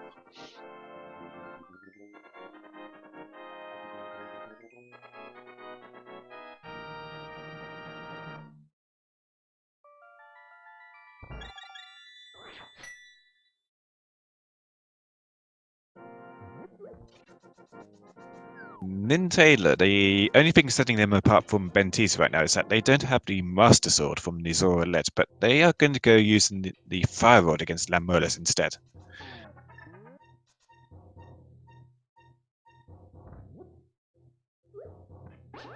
That said, we have the bow and silver arrows. We could just use those instead to one-shot the Lammerless.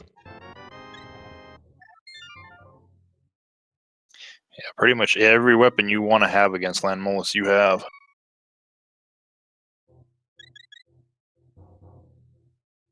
Benteezy has taken the save and crit back to Death Mountain. He's going to be checking out the east side this time. And also Tower of Hera. He also does have the Master Sword as well as the book, so he can check out the Ether Tablet too.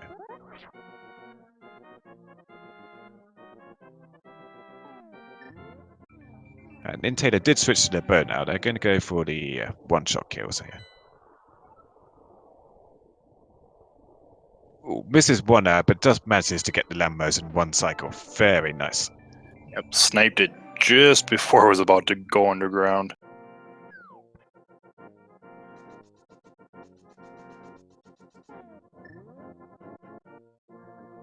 Okay, does Ether have anything today? Just a bottle of green goo from the heavens. So this doesn't give Benteezy any kind of advantage so far over NinTaylor.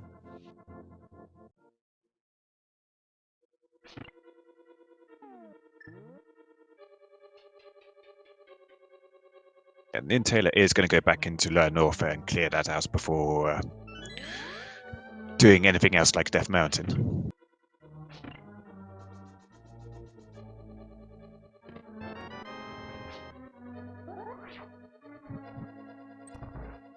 So we're going to get a second coffee break of the seed.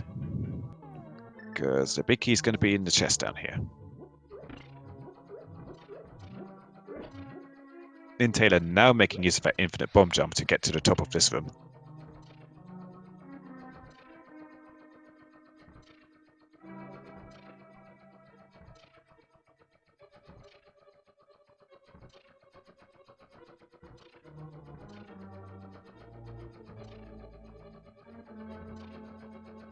He messes up at the last point. I think he's going to go for a Shine Spark instead.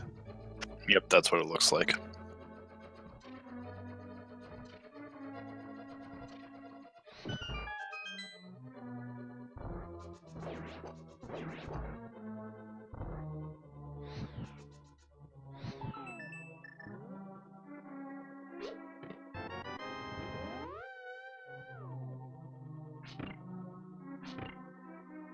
And they are going to farm up some super missiles from the Rippers here, which have a very high drop chance for super missiles. He's going to need quite a lot of ammo for Ridley himself, because we don't have a charge beam.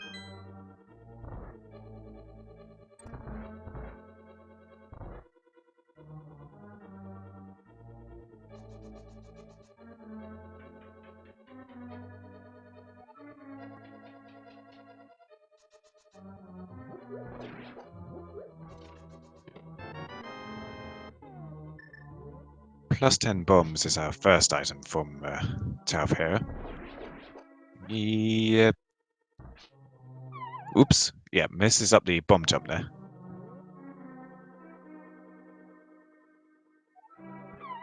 And gets sent all the way down to the first floor again. Yeah, Well, the sadly, second floor. Yeah. sadly, that's the worst one you can do because you fall down 2 floors. NinTaylor is now in the worst room in the game. It's actually called that. The space parts on the wall here are pretty tricky to get past, especially when you might not have screw attack and you don't have high jump or space jump and you have to wall jump up here instead. But we do have high jump and we have screw attack and lots of other means for taking out this part, so the worst room in the game is not so bad.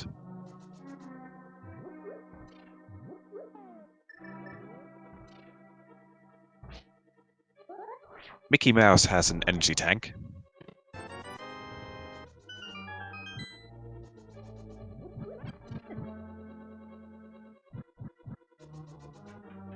I missed what was in the big chest there, unfortunately. I did as well. We'll see. I don't see anything major on Link to the Past side. Our tracker's paying attention, just 20 rupees. So that's both of our items out of hair then. So Moldorm is going to have a dungeon item. I believe it's our compass, if I'm not mistaken. Yeah, we haven't seen the compass yet.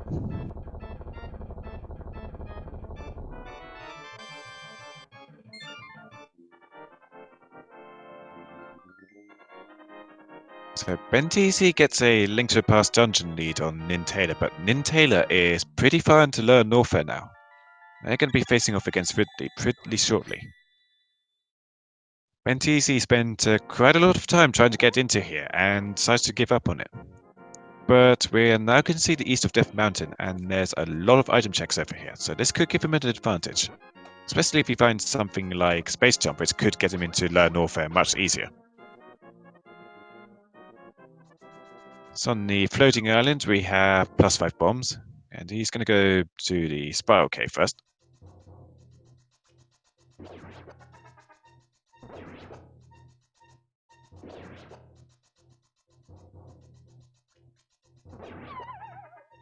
And now we have the Ninja Pirates, or Kung Fu Pirates, or Metal Pirates. There's a lot of names for these guys. All of them good names, but Spiral Cave just having a reserve tank.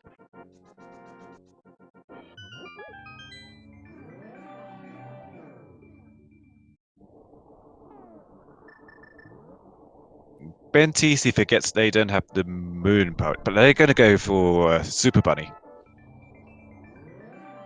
Yep, probably check Paradox Cave, and then they will leave, and I would say, like you said, do the Super Bunny Cave.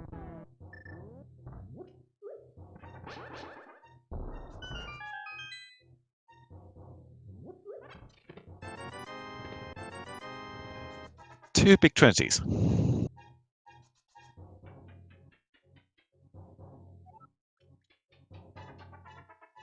SuperNinTaylor farming a bit more ammo here before Ridley.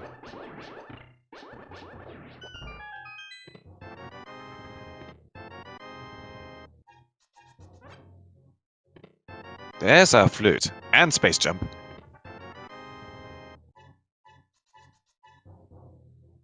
Okay, well, Benteezy's not going to have any problems getting into Lower Norfair now.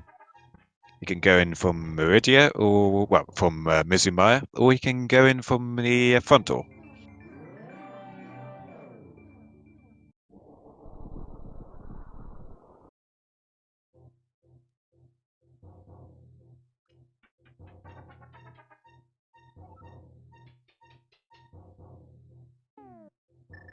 SuperNinTaylor is now at Ridley, though. So he's got 30 supers left, and super missiles do extra damage to Ridley compared to any other weapon, so they provide the highest DPS to him.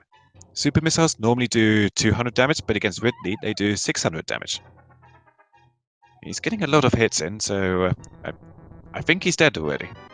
Nope, a couple more shots to finish him off. And he's dead. Very quick kill, very nicely done. Yeah, all those SuperNinTaylor's Super Metroid boss fights have been very quick and clean. Just 20 rupees behind Ridley. We do have a couple more checks to make in Lower Norfolk, because we've got the Ridley escape area to clear out. Well, when we find Moon Pearl, Turtle Rock was Bombo, so Turtle Rock is completable now, as soon as we find Moon Pearl. Yep, that could be pretty much anywhere right now. We have cleared. SuperNinTaylor has cleared up most of Super Metroid at this point. So there's a couple checks they haven't done, like the Exo Room and Shack Tool, and the Ridley escape area. But Super Metroid's looking pretty clear right now. We could find a Moon Pearl here, or it could be someone linked to the past. We don't know. Meanwhile, Benteezy is activating their flute. Get your 07s in chat.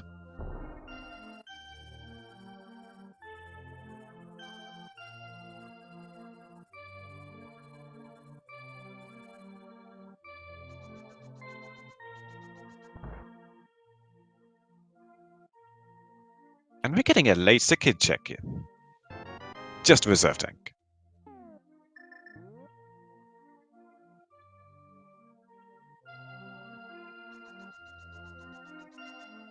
Benteezy has not handed in a mushroom yet. He's going to drain his magic here, and then going to use fake powder on the magic bat.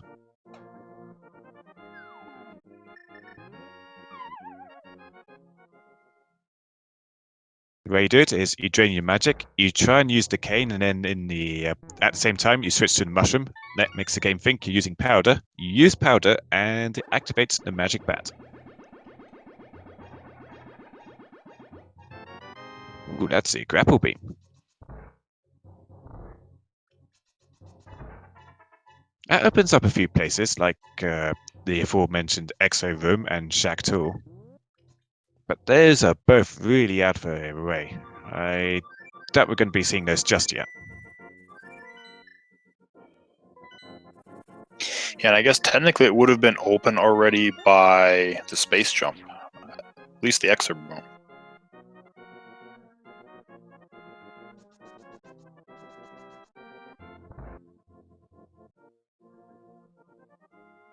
There's some supers. Not many checks left here in Lower Norfair. I think just one room coming up.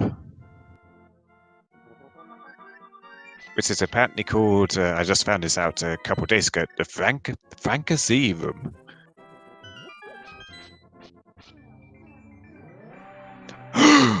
And there's our moon pearl!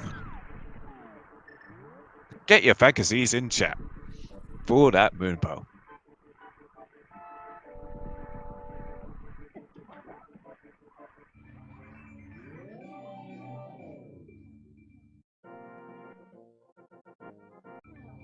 That gives us a whole lot of options now.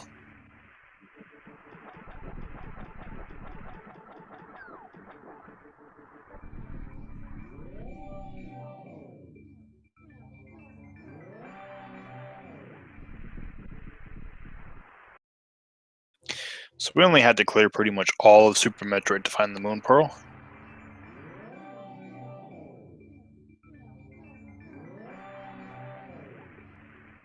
Benteezy also using that Super Bunny to get into the Mire Shed.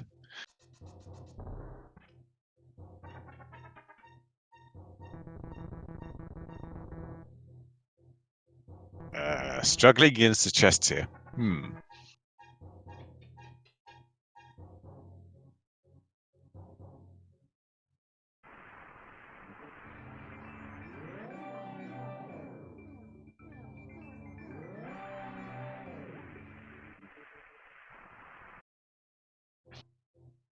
Yeah, as Kachi confirms in chat, the tracker was updated just today to now include flippers.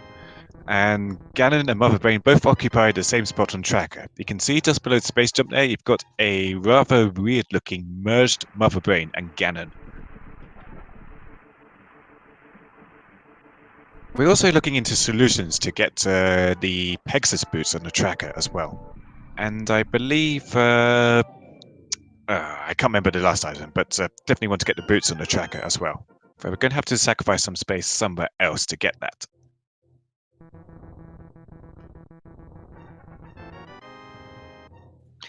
Benteezy grabbing the high jump boots.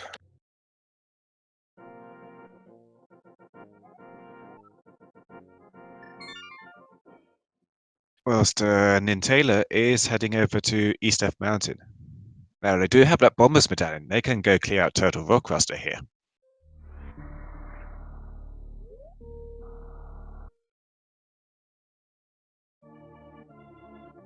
Yeah, which is important, but he is also going to be able to at least check the first chest in the Hookshot Cave.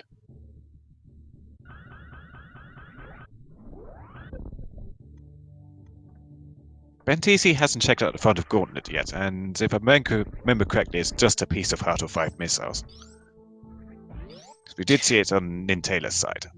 Yeah, I don't quite remember where it was, but it was not a very important. Link Force, it was in the Frankersee room. SuperNinTaylor got it, I would say, what, 3 minutes ago?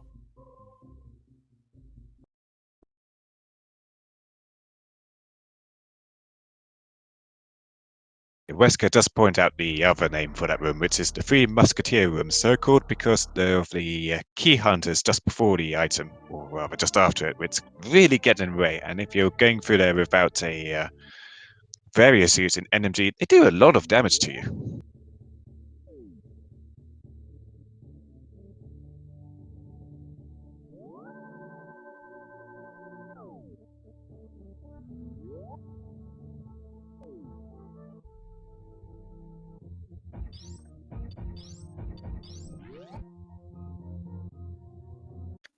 Yeah, but right now, all we are looking for as far as items to, I believe, because I'm pretty sure at this point for Super Metroid, we can finish Super Metroid now at this. Link to the Past, we are just looking for Ether and Hookshot.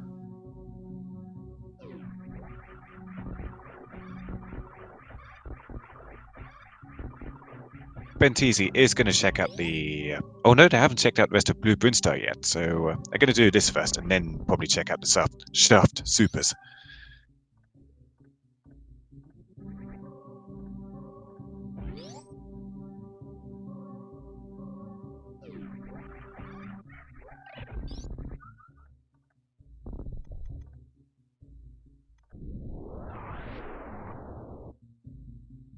So we're only looking for pretty much 2 items at the moment for a Link to the Past Go mode. That is the Ether Medallion and the Hookshot. Either of those could be up here. Well, there's a Cane of Burner. Not quite what we're looking for. Nope, it was a Link to the Past item, just not the one you're looking for.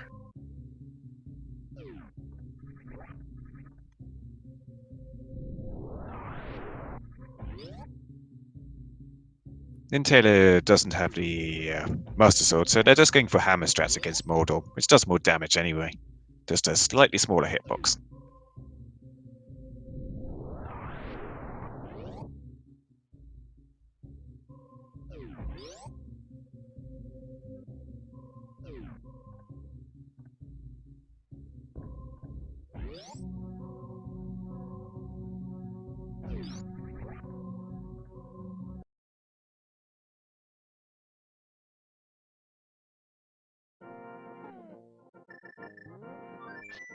So SuperNinTaylor's also going to clean up Paradox Cave, and they're going to get a few more Dark World checks in here too that Benteezy wasn't able to make, and also probably clear out Turtle Rock Ruster here.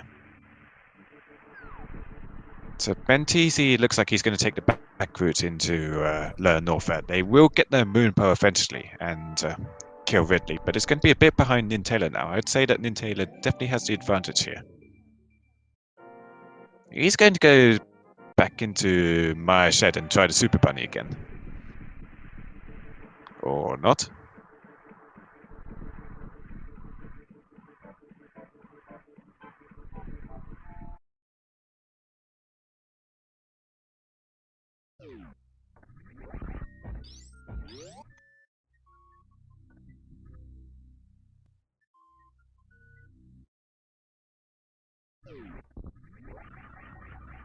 Now, the only thing we could want for Super Metroid at this point is his Charge Beam. Benteezy does have 40 supers and 100 missiles. I'm not quite sure how many supers he needs for Mother Brain, but I believe it's 60, so he may be looking to pick up a few more packs before we even think of going down to Mother Brain. I don't recall how many super missiles SuperNinTaylor has, but it's probably going to be a bit more since they have cleared out the rest of Lower Norfair. Yeah, I don't quite remember how many, if we did find super missiles in Lower Norfair or not, and if we did, how many we did. There were a couple in the Ridley escape area. Okay. I remember SuperNinTaylor picking them up.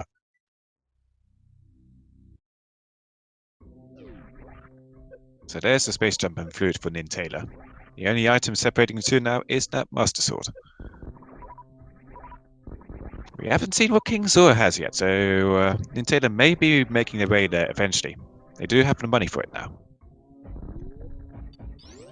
Benteezy cleared it out earlier, got the Master Sword from the Sword Ledge, but they had only 40 rupees at the time, so actually paying up the Kingfish was completely out of the question.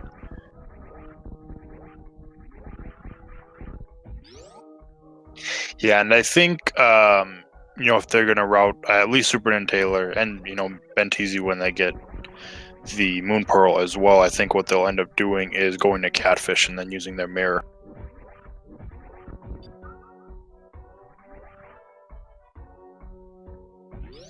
It makes those 2 checks when they're so far out of the way a lot easier.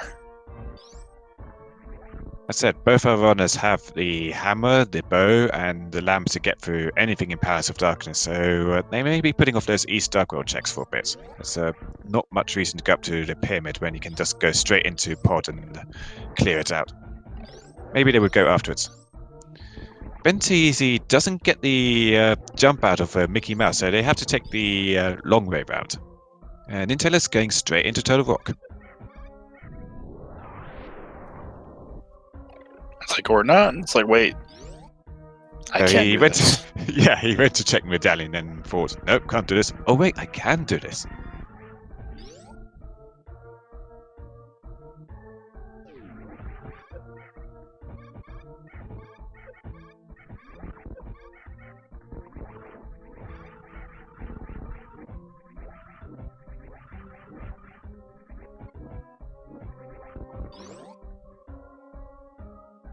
So there is a lot of items here down in Turtle Rock. We could find the Ether Medallion, Hookshot, or the Charge Beam. We could just find other stuff like Quake or Spring Ball. Yeah, we've got 5 items inside Turtle Rock, plus we've got the mirrors, so Mimic Cave is there as well. So 6 items total we can find here.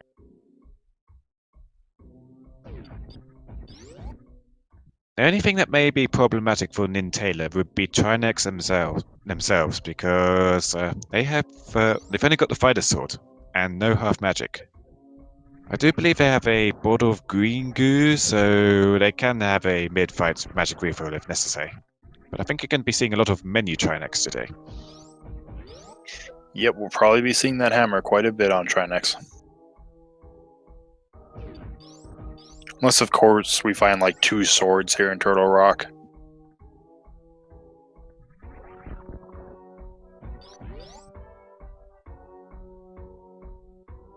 Turtle Rock can have a lot of very interesting and annoying items in here. I believe one of the first races I ever commentated had both the fire rod and the ice rod on Laser Bridge. That's just evil. And not just that, the bow was in the big key chest. That Turtle Rock being stacked. Who would have thought?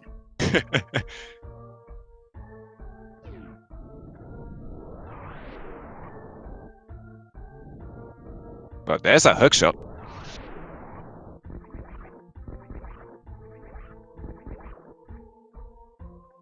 So potentially we're just some super missiles and an ether medallion away from go mode or a charge beam.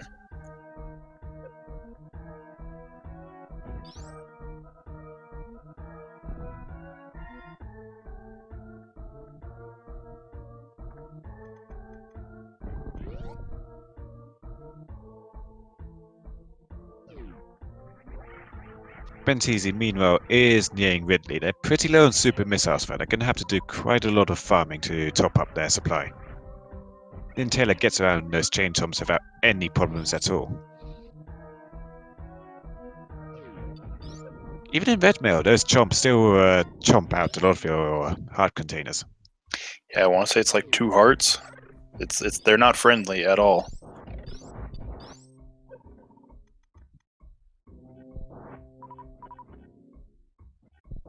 Benteezy does have a bit of an easy time farming here because he has the grapple beam, so he can just zap the little mosquito things and pick up their items without needing to move very much at all.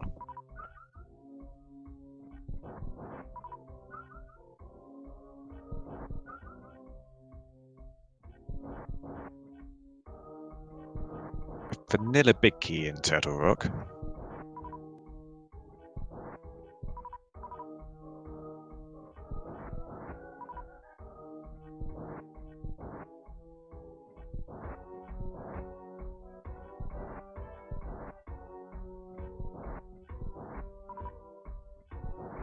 I doubt SuperNinTaylor's going to be skipping the big key chest, because we can still check out Mimic Cave for that possible Ether Medallion.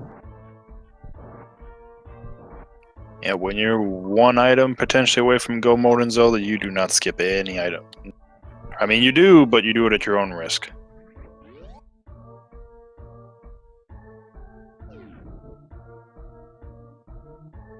It's stuff we haven't seen in Link to the Past so far. Mostly anything in the Village of Outcast. We haven't seen Thieves Town at all yet. I don't think any of our runners did the stuff down there. But Benteezy did go into... did he go into Skullwoods? Or am I mixing this up with another race? No, yeah, because we just have the moon. We just got the moon pearl, so we haven't actually been anywhere Dark World wise outside of Death Mountain. I was thinking of the previous race over on another of our speed gaming channels, which I was watching right before this, and it's really mixing up my memory. I've been there too. I've done that just watching, 3 or 4 races in one day, commentating 3 in one day. It's just like, wait a second, did that happen? No, wait, I don't know. And these combo randomizer races, they are long. There are plenty of races so far have gone over the 4-hour mark. SuperNinTaylor gets the magic powder from the spiky roller room in Turtle Rock, so that puts the magic bat properly in logic for them. Benteezy has ridden in a nice pogo pattern here. Great for getting some hits in.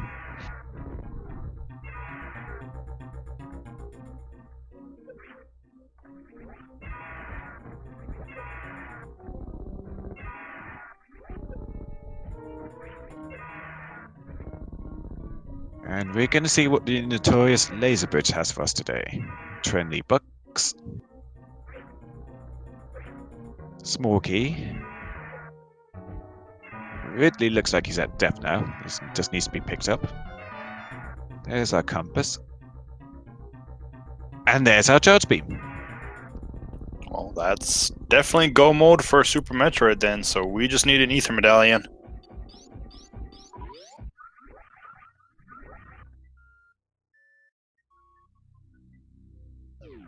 Yeah, we've got a lot of Dark World to cover for that Ether Medallion.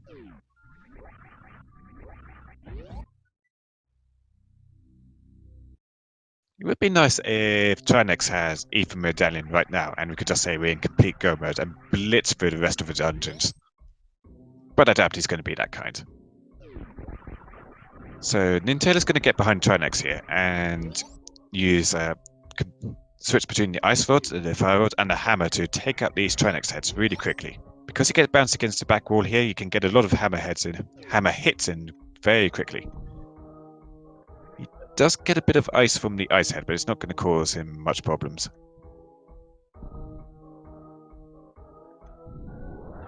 Yeah, that ice head with the hammer can be a little difficult depending on if they get a shot of, which they did, but made quick work of it still. He did get hit a few times by the main Trinex head, so he has to be a little careful here. Hammer's still going to make quick work of Trinex, but it is a smaller hitbox. But he gets a kill without any real problems at all. Once again, very nicely done by SuperNinTaylor.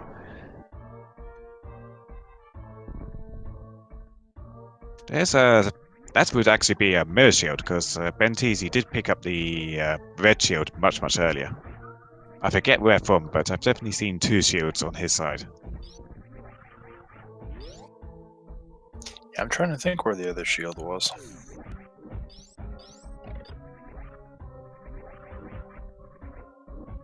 Thankfully getting the hookshot there, though, you don't have to leave those 3 items alone in Hookshot Cave.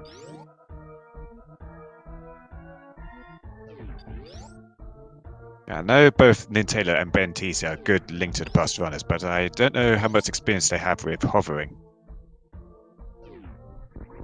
I've been seeing a lot more hovering pulled off by runners or attempted by runners lately. It's getting to be a lot more popular now. Nothing much in Hookshot Cave though.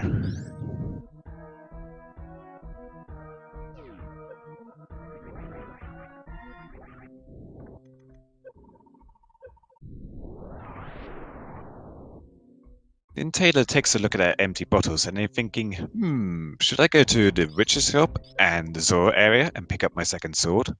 But I don't know it's there yet. And Benteezy, meanwhile, has finally picked up their moon pearl from the Three Musketeers room / Fantasy room. I think I prefer Fantasy. I like Fantasy.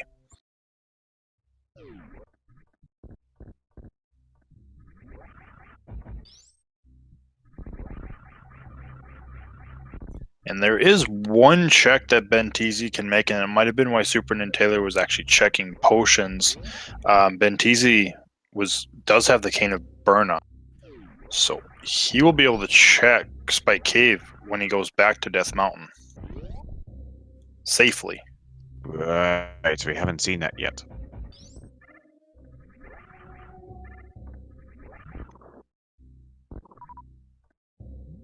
because I think that's what SuperNinTaylor was thinking when he was going that way, and he checked his potions to see if he could just tank it with, blue or red potions, but it's like, oh, they're empty. That's not going to work. Yeah, at least he's thinking about it and not forgetting. It would be awful for him if Ethan Medallion was there and he completely forgot about Spike Cave.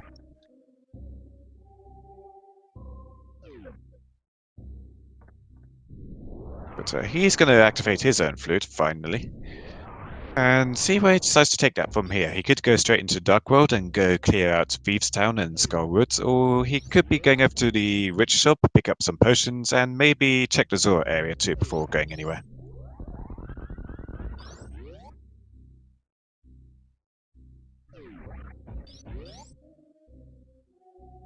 Looks like he's fluting.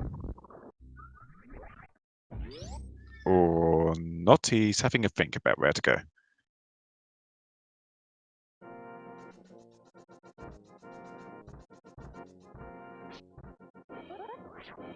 Yeah, it's something.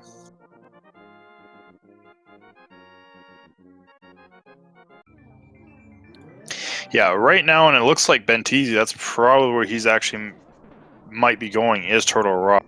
But right now, if we had to kind of say who would be in the lead, I would say SuperNinTaylor's got a slight advantage at the moment.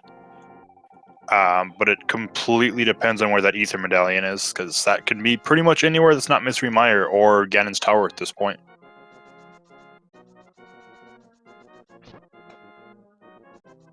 It could even be back in Super Metroid. We've got the X-Ray Room and Shack Tool. It's in logic now, in fact, Grapple Beam.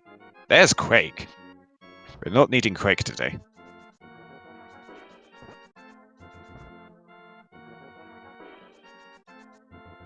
Probably that excitement when you see the round gold icon come up. Like, yes! Oh, that's not the medallion I was looking for.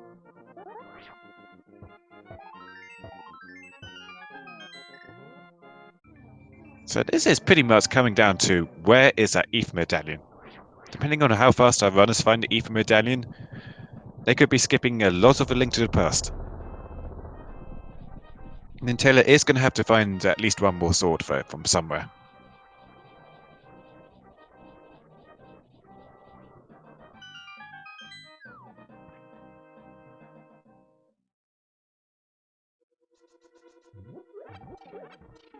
Though that lack of a sword isn't going to be putting him far behind in Thievestown here, because you don't really need the Master Sword for anything in here at all.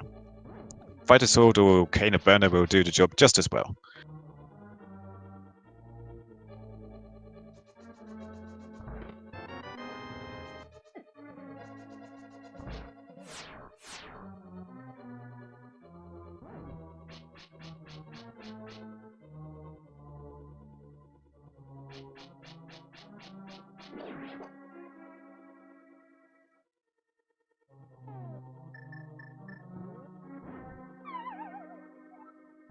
So the back of Thievestown is going to have an item in the big key chest. There's a bottle of blue goo. That is pretty useful for Nintendo right now, considering they are out of potions.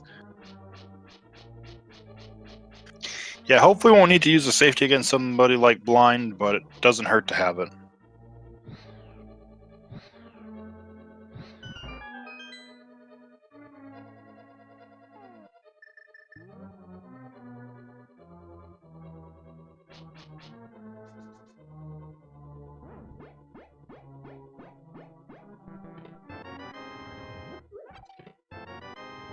Benteezy gets their hookshot.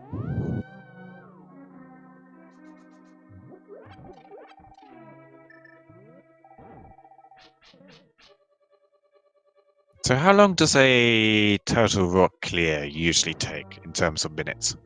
A full clear, I would say, is typically since they have, at this point they're checking everything because they're still looking for items. I would say about 5-6 minutes. And that's the kind of lead we're talking about that Nintendo has over Benteezy right now. Just a 5 or 6 minute lead, which, considering we're 2 hours 14 minutes into a combo randomizer, is a very tight gap between the two. Yeah, and especially when you consider the fact that it's at this point Benteezy's he's going to do a full clear Turtle Rock. He's going to pick up his charge beam. it's really that ether medallion. It could really just come down to who finds it first.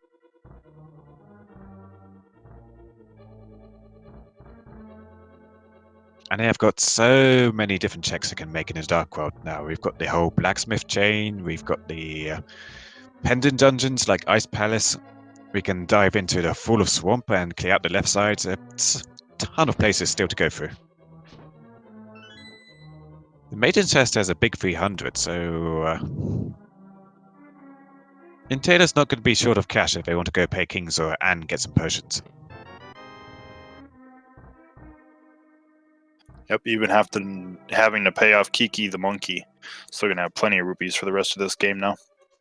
Another 50 in the big key chest, well, in the big chest for good measure.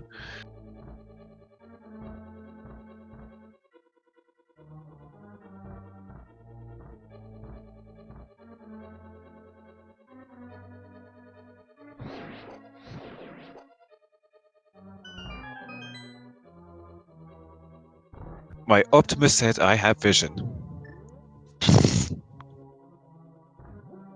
I don't think I've seen that blind pun before, to be fair.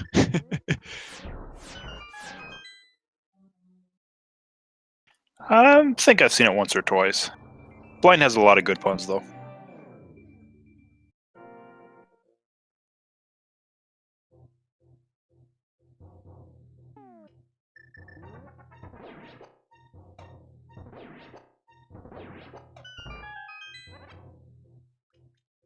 So SuperNinTaylor gets their 5th crystal, but we are still looking for that for that ether medallion.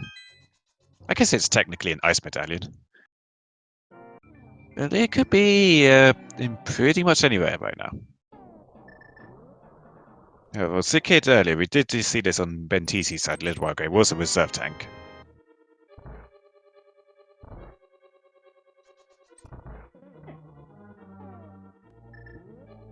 Now from here, I imagine SuperNinTaylor's probably going to go into Skullwood and then check out, maybe do the blacksmith chain. Although first, we're getting a pet check here.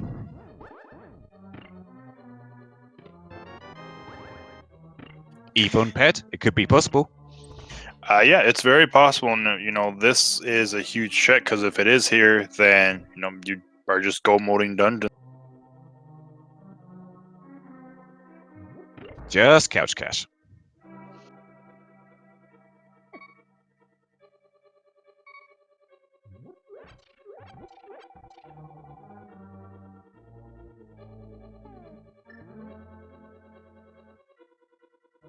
SuperNinTaylor fluting to 3, making use of that mirror portal to get back into Dark World.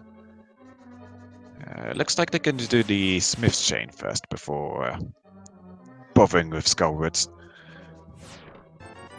It is a pendant after all. First we have to do the digging game though, because the Jeremiah the Bullfrog really hates the digging game. Or alternatively, the digging game Fender hates the Bullfrog. They don't have a good relationship. I believe his name's Alec Baldwin, but yeah, he doesn't like any NPCs.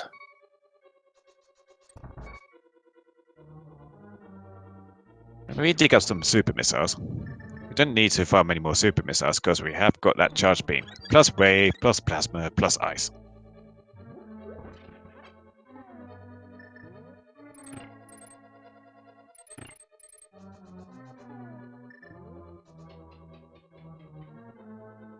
No world tours for the frog today. We're just going to return him straight with the mirror and then do a magic back check straight afterwards, which did have the grapple beam for Benteezy. He used a fake powder to get this earlier. Got to get hammer picks whilst we're here.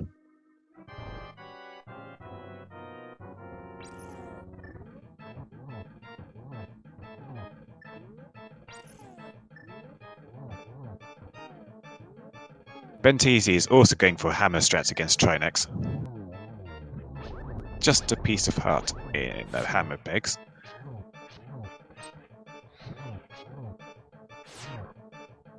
He's taking great care to avoid those Trinex bites. He's only on blue mail, and oh no, takes a death.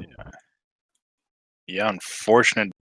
No fairy. It really didn't have any safeties at all as far as health, and didn't take the safety door either. So it's gonna have to run all the way back through.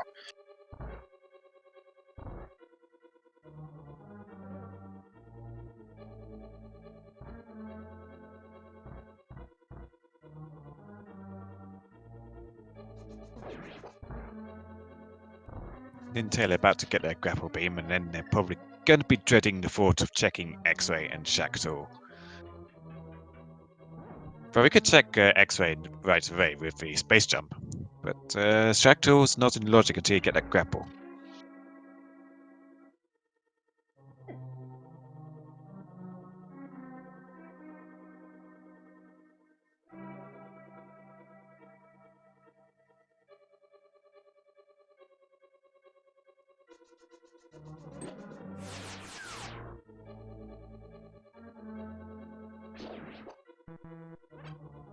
So Benteezy is going into this again, fairly low on health. He's going to have to try and avoid those Trinex bites.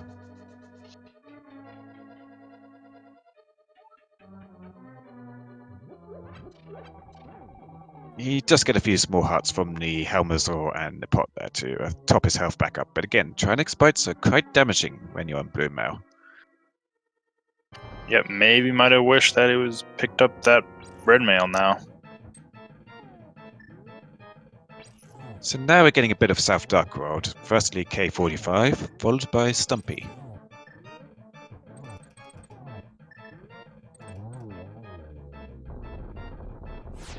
I would have gone for that piece of heart myself if I was an NinTaylor. Still don't have that many heart containers.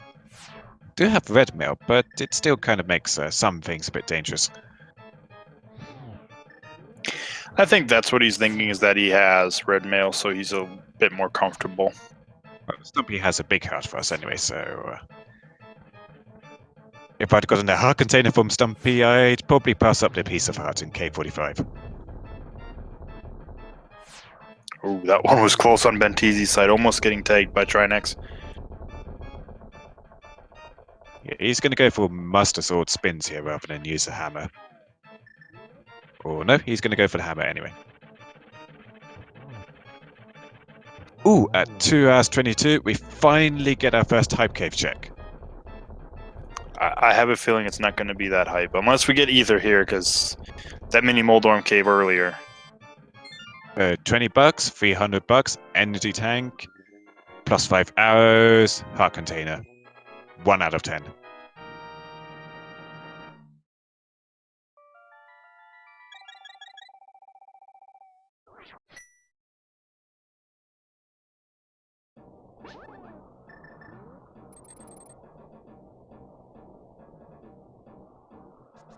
There's that purple chest. I was wondering when NinTaylor had left it. Yeah, it's usually a pretty common thing if you're doing hype cave with the purple just and you have boost just so you can sprint across.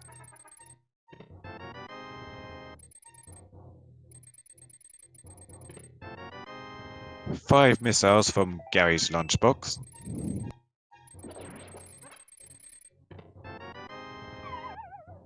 And NinTaylor's going to have a quick look at the Bomber's tablet here, though he can't actually get the item without that Master Sword, which we saw on Sora Ledge much earlier in the race. Ooh, that's the cape. Have you seen what's on Bumper Cave yet? No, I don't believe SuperNinTaylor has checked it yet. So, I mean, very well, that could be our Ether.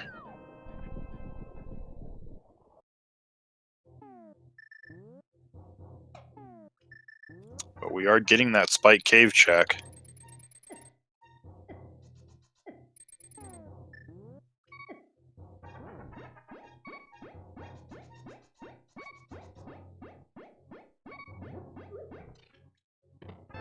It's the Bugnet. I mean, very important if you want to do some swag strats, but other than that, not so much. NinTaylor has retrieved the Big Bomb. We're going to get a Pyramid Fairy check. I was thinking he would be diving into Swamp Palace before doing this, but this is fine too. It looks like SuperNinTaylor's trying to dupe the bomb, and that should be good. Yep. I have never seen that before. Impressive. It pretty much just have to transition when the timer's around, at 0, but basically when the bomb's about to explode, and it'll just give you another bomb. So on the pyramid ledge, we just have another 5 missiles. And inside the pyramid, 3 bombs and super missiles.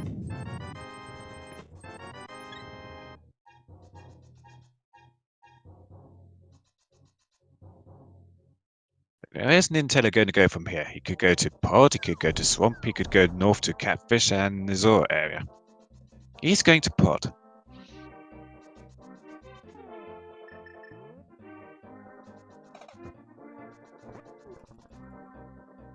This is probably the best decision he can make right now with where he has left to go. Just because if he does end up finding Ether here, then he can probably half go mode Swamp, just kind of check chests that are on the way for that sword if he doesn't find one inside of Pod, instead of going to Swamp Palace and having to do a full clear of it. Benteezy is very close behind SuperNinTaylor here, but he hasn't cleared up Town yet. He's going to go over to check Catfish first. Probably also pay the King Zora on his way.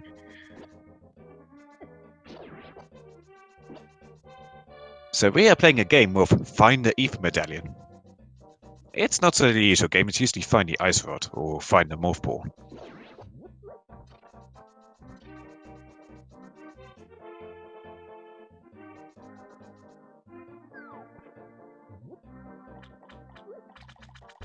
So what does our first grumpy fish have for us today? It's the blue boomerang.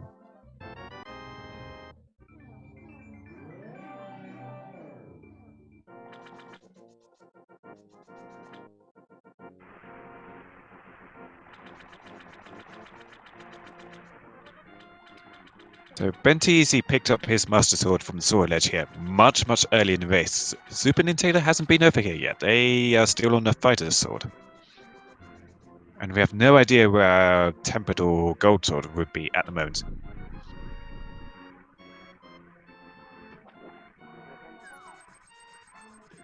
That's a scam. Yep, King Zora just holding on to 5 missiles this whole time.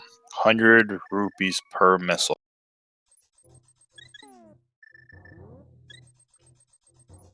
I guess maybe in like Link to the Past, if you could actually use those missiles, that might be a huge thing. But since we can't, not so much.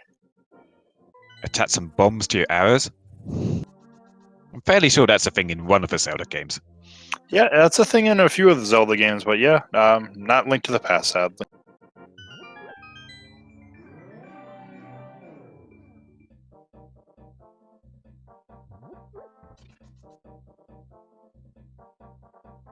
SuperNinTaylor has gotten a lot of keys in the front of Pod, so he's going to be checking out the big key chest, because it's pretty likely to not have a key. Or it could be the big key. It is in fact a big key. Vanilla big key.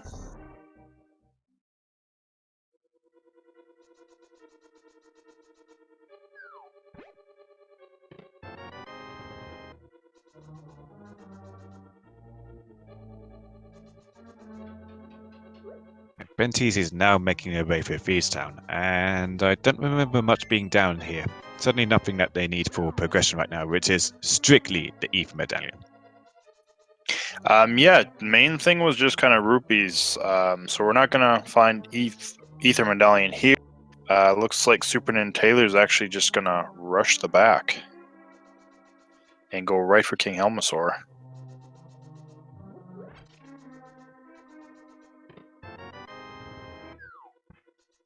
In either way, you're going to be taking a trip back to the front of the dungeon and making your way to the other side, regardless if you go to the back of Pod or to Helmasaur. And he is not going to be leaving the back of the Pod behind for absolute certain. Yeah, no, there's way too many items back there. I mean, if he finds Ether here, that's probably what he's hoping is to find Ether. But considering he's still technically looking for a sword as well, I'm not sure if I would have done that myself.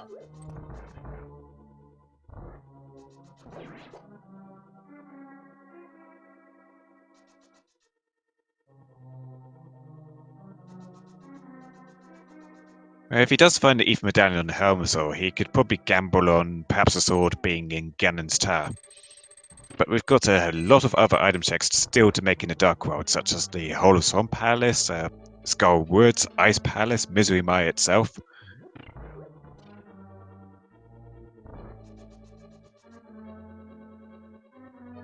Hammer Sword's not going to prove a problem with Fighter Sword at least, because we can just knock off the mask with the hammer and then use a single silver arrow to finish him off.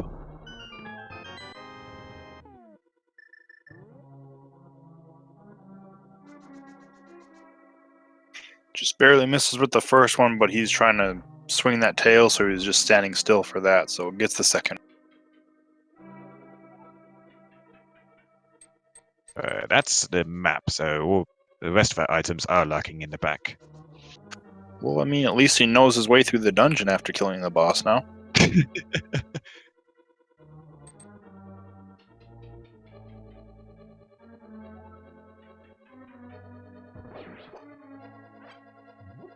Oh, he nearly forgets. He just dashes away just quickly and then dashes back. He was playing with the hearts of everybody watching. That's what it was. I'm going to make them think I'm going to skip all of Pod.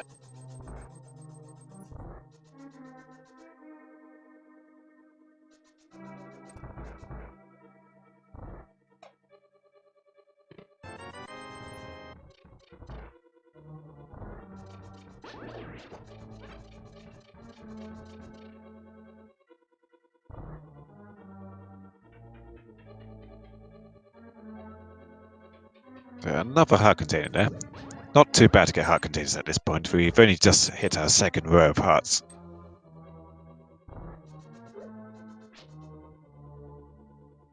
Here's our two small keys, so Harmless Hellway has an item.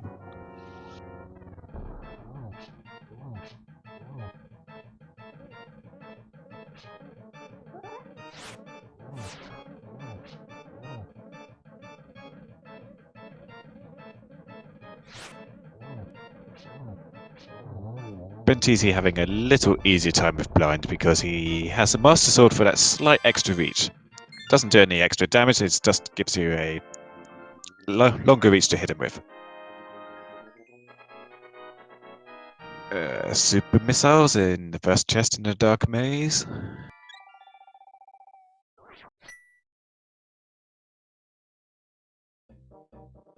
Another pack of supers and one more item left here.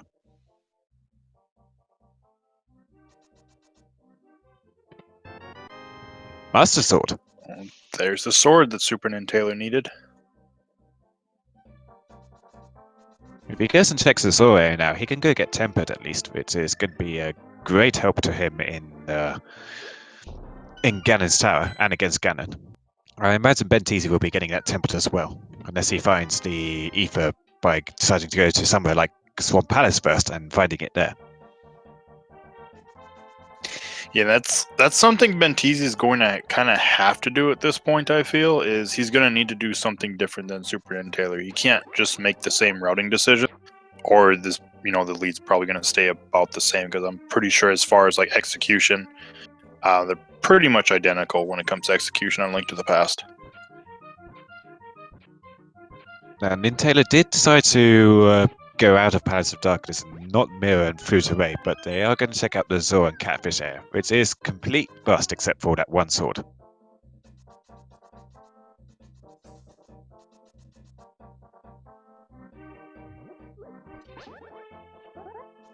Meanwhile, Benteezy is going to do the blacksmith chain.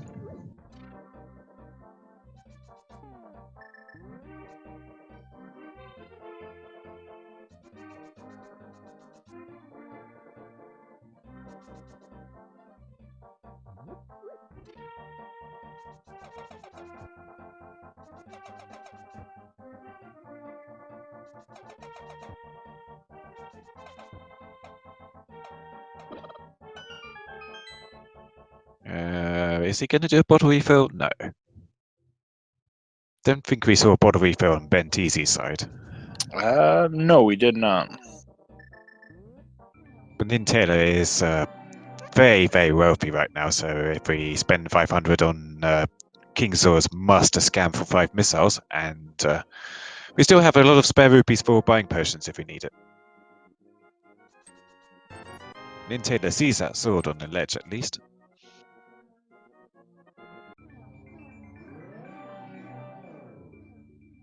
So I'm going to pose a question you asked a lot, and everybody in chat too that's watching. Where do you think Ether is actually hiding right now? I'm gonna bet it's in one of those item locations we left behind in Super Metroid. X-Ray or Shack Tool. And it's got to be Shack Tool because I really hate Shack Tool with a personal passion.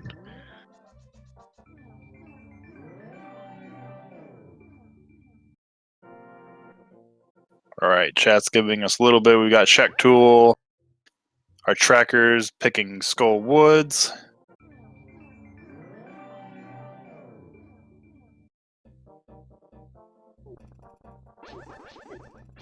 Cold Stand, Iced Tea. Some more Shack Tool.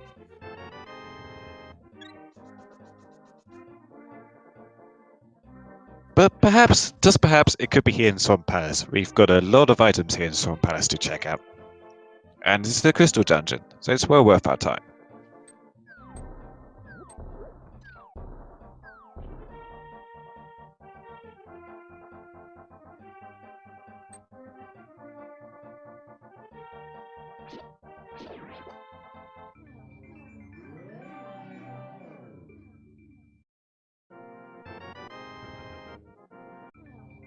So I'm kind of wondering if maybe, just maybe, that Ether's just been sitting up there on Bumper Cave Ledge, completely visible, but nobody checked it.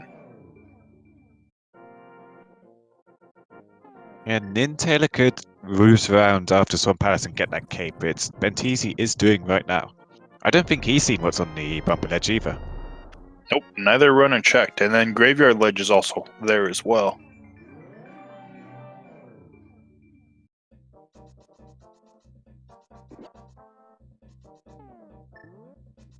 He's got his mirror out. It looks like he's going to go into Swamp first.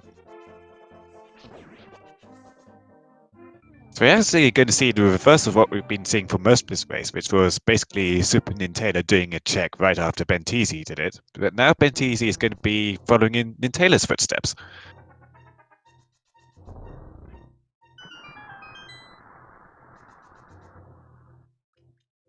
The main thing separating these two was that Benteezy spent a lot of time trying to get into Ridley's lair using the gravity jumps and lava dives, but he wasn't able to pull it off, and after a couple of minutes he gave up. NinTaylor was able to get into Ridley's lair, cleared it out much earlier than Benteezy did, and got the Moon Pearl from the Three Musketeers room / Franca Z room.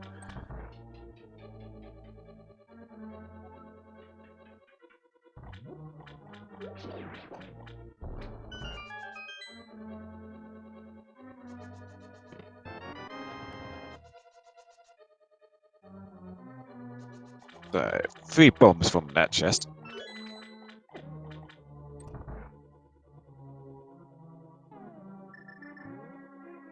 NinTaylor's just going to go straight to the back and kill Largus before checking out the left side. Yeah, with the way they found items so far, it makes the most sense. They've found 2 items and no dungeon items. So there is the small potential right now that you're going to find all 4 items in the back of Swamp Palace, and you can just skip the left side because it would have like compass map or compass big key, something of that nature. And this isn't like a normal Link to the Past randomizer, which is on V30 and has a hint tile somewhere in the game that would actually flat out tell you what is on the left side of Swamp. We have to find that out the hard way. So that's 3 bombs and 50 rupees. Yeah, so potentially the dream is still alive to actually have the left side skip. Energy tank. All comes down to Argus. If he's holding an item, then we do not have to go left side. If he's holding anything else, then we... And we want that item to be Ethan Medallion. Benteezy is also taking the exact same route.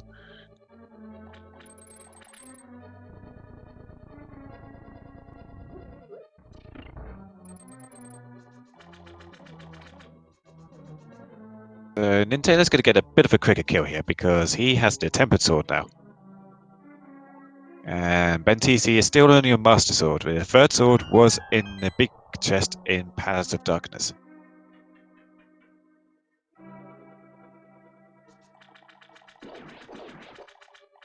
NinTaylor gets out the Fire Rod, 2 shots and a spin, and down goes Argus. Nice quick kill on the big Oh, key. he's got the big key. So we're going to be going back in to check the big chest. If it has an item, great. If it has the map or compass, we're going to check out left side. I mean, they still have plenty of locations right now in Link to the Past to check, but personally, I've seen so many races be lost by a left side skip than won by doing a left side skip. It is not worth skipping it at this point. It is one item we need for go mode.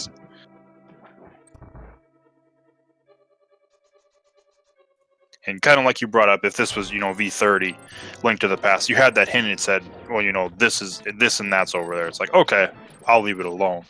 But we don't have that hint, and it's not even an option to have that hint either. So it's like, it's risk, skip at your own risk, because if Ether's back there, then you pretty much probably gave the game to your opponent, because if you skip, this is going to be the last place you come back and check. And that was the map in the big key chest, so we're going to have to go left side. Benteezy goes for the other method of killing Argus in phase 2, which is a single silver arrow. I mean, the only way you could think about doing a possible left side skips gamble at this point is if you were feeling like you were really, really far behind.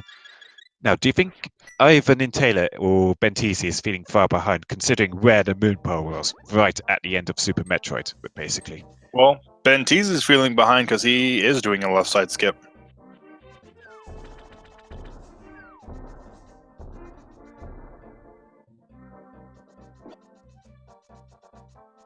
He's going to do his Pyramid Fairy.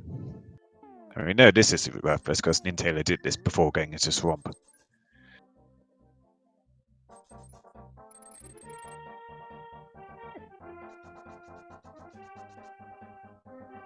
This could be big. It could also be just another 5 missiles.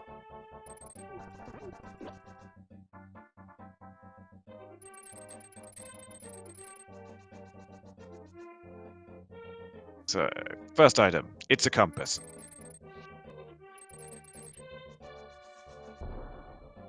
And what is our last item in Swamp? It's a butter sword. So there is a potential then that Benteezy just might not see a tempered sword at all. Yeah, it depends if he finds that Ether medallion before he goes into pod. That said, he skipped the left side in Swamp Palace. I doubt he'd skip the left side on at the back of pod at this point, but who knows? Yeah, I doubt it. Since he's going to pod at this point, I mean, I wouldn't be surprised, just because there were so many keys and you found pretty much no items. I would imagine he's just going to go to the back first instead of even just go straight to King Helmus or even. SuperNinTaylor is going to Spike Cave. Now we know that only the Bugnet was here.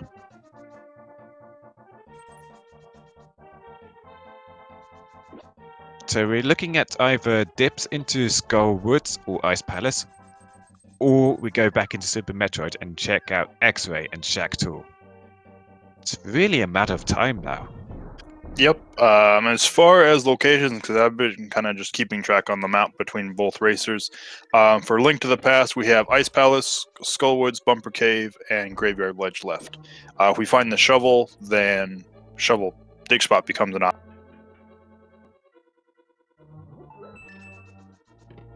And then Super Metroid, yeah, it's just X-Ray and Shack Tool.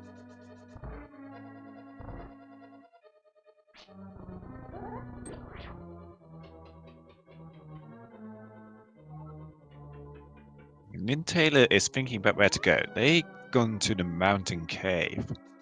Are they going back into Super Metroid? Looks like that is the plan. Yeah, that's what it looks like, because... So from here, we can get to both X-Ray and Shack Tool fairly quickly, but they're both out of the way locations. And getting from one to the other is a fair bit of time. To see where SuperNinTaylor decides to go first. X-Ray has been in logic for a bit longer than Shack Tool, because we got the space jump much sooner than we got the grapple beam.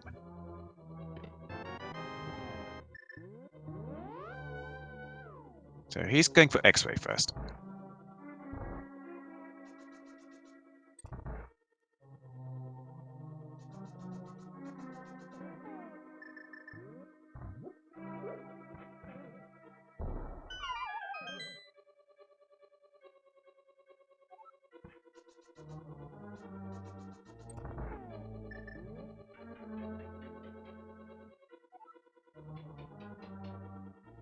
I must remind our viewers, these runners have been neck and neck so far. It's been a very close race, and it's literally all coming down to where this Ether medallion is.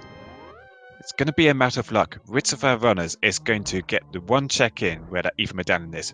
It could be anywhere at this point, except in Mizumai or Gannis Tower. So It's X-ray not is an there. Ether energy tank. And NinTaylor hard resets.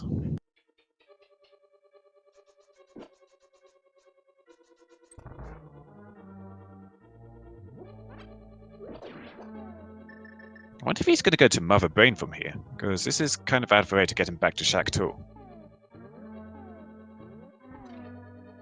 I think that might be what he's doing. He could go Benteezy- down he could go down, back down to Link to the Past from here and then go into Ice Palace. Yeah, he's going to Ice Palace. Alright, well, Benteezy did get tempered. Oh no, he's not going to Ice Palace. I don't think he saw this after Supers yet, which we know was the Kane O'Brien. Oh, yeah, that's right. He has not checked this yet. Going to be a quick check because he's got the Ice Beam to make this super quick.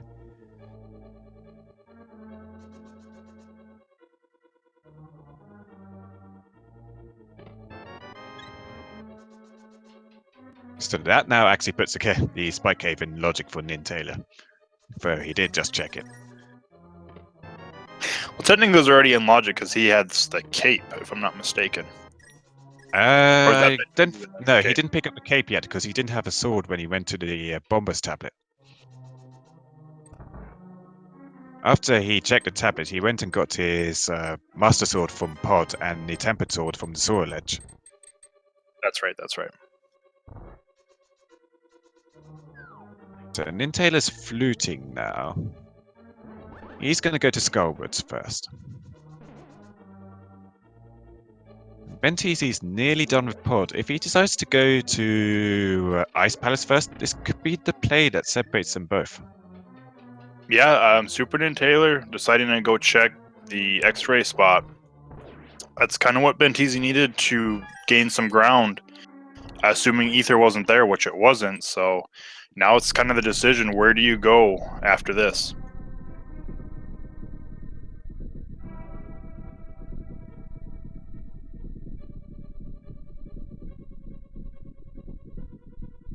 So NinTaylor hasn't checked Skullwoods at all. Did Benteezy check it earlier? I don't think he did. No, neither runner has checked Skullwoods yet. We did get a pet check from NinTaylor, and we know it's just Couch Cash. Yes. There it is. There it is! NinTaylor is in go mode. He's a bit confused right now. Oh yes, he can't mirror out because he took the pitfall into here, so he has to take the long way.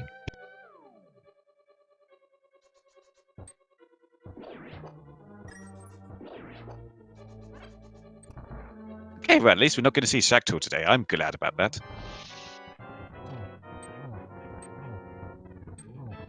And yes, earlier we did ask where everybody thought Ether was. Our tracker did call Skullwoods, and he was correct. Does Wesker get a spot on the leaderboard for that? We can make a find the Ether medallion leaderboard. Sure.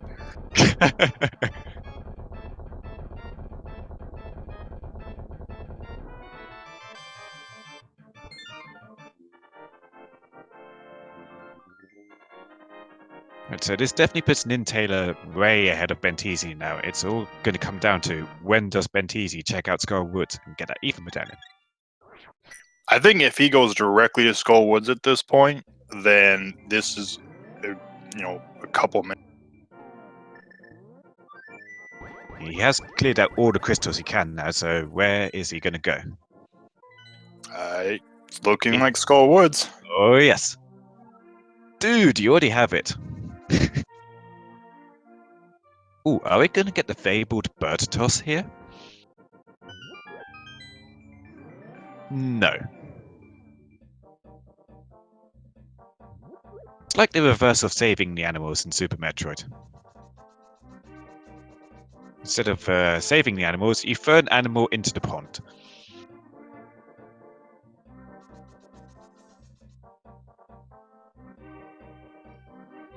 So if NinTaylor's lucky, we are going to get a small key and a big key in our first two chests here, and we have what is called the God Mire.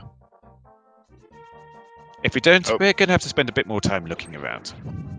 Benteezy is actually skipping Skull Woods. He checked Bumper Cave, he's going to check Graveyard Ledge. We'll see where he goes from there.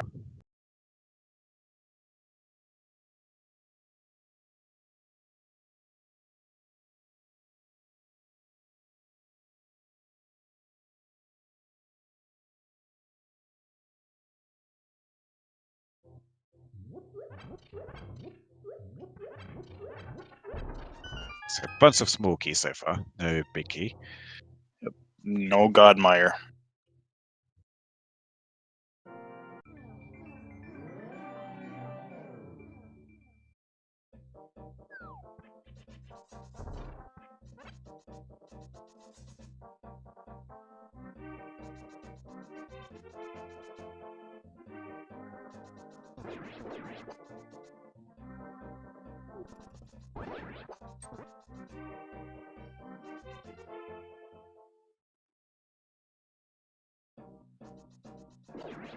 And we're going to be checking out the Firelock side.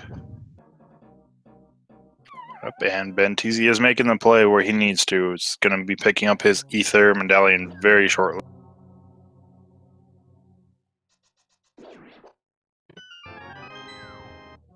Benteezy is now in go mode. And he just takes a save and crit out of it.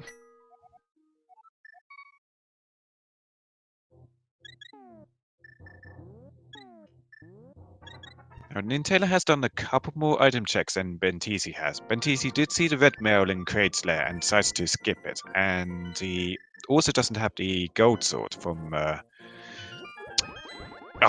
was that gold sword again? Was in Swamp, left side. Oh yeah, Swamp left side. Yeah, he skipped on the Swamp left side, so he's at a tiny bit of a disadvantage compared to NinTaylor, but these runners are literally minutes apart. We have got a really close race here. Yeah, it's going to come down to execution in Ganon's Tower, as well as, we got Mother Brain and Turian. I know there's some skips there that can save some time. The big key where its location is and how you route Ganon's Tower, there's still a lot that can change. Yeah, speaking of which, NinTaylor is going to be killing Vitreous very shortly. Once he kills Vitreous, we are going to be starting the Ganon's Tower Big Key game. If you're a subscriber or supporter of any of the speed gaming channels, aka you've got a paid subscription or you've donated 250 bits to any of the channels, you can enter a Big Key guessing game. Once we start the game, enter a number between 1 and 22 in chat, and if you're correct with your guess or the closest guess, you will get a spot on our very prestigious leaderboard. So Vitreous goes down for NinTaylor without any trouble whatsoever with Gold Sword and Silver Arrow. And we are on our way up to Ganon's Tower.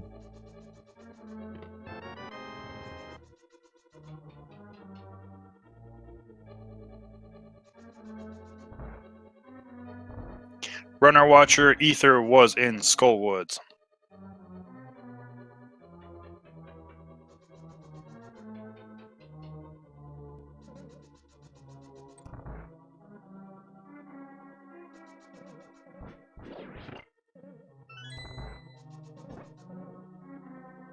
All things considered, aside from that moon pearl being literally at the end of Super Metroid at the far side of Ridley's lair, this has been a pretty jet seed, all things considered.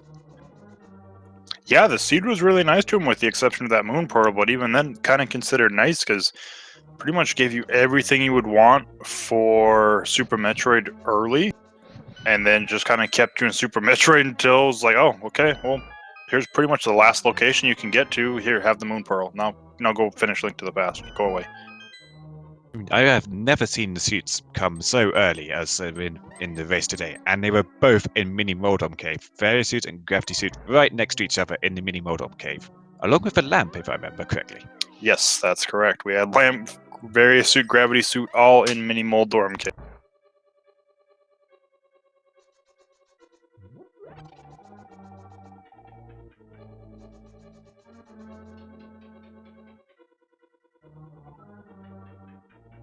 So Nintaylor is nearly at Ganon's Tower, so if you haven't put your guess in chat yet, please do so, because we're going to be stopping the big key game as soon as he gets through that doorway.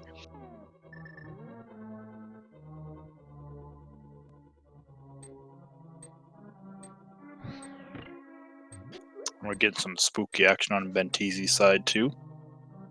Ooh, the spooky action glitch. I've seen that a few times. I've never understood quite how it works. It's Yeah, pretty spooky. it's a complicated little glitch. I have seen the explanation for it before, but I can never remember it.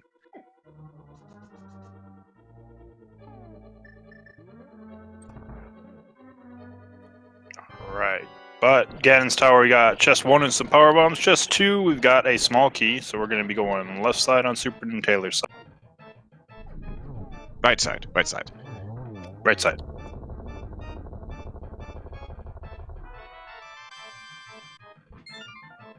Well, the Speed Gaming bot gives us a fantasy. The moon pearl today, for anybody who missed it, was in the fantasy / Three Musketeers room, right at the end of Ridley's lair. And aside from Ethan Medallion, that was pretty much a go mode item. It was basically get the moon pearl, get into Dark World, and then find the Ethan Medallion in Skull Woods. Yeah, because everything else they needed was kind of like right there in Turtle Rock. Oh, there's our third shield in Ganon's Tower. So chest 3 through 6, we're still missing a big key.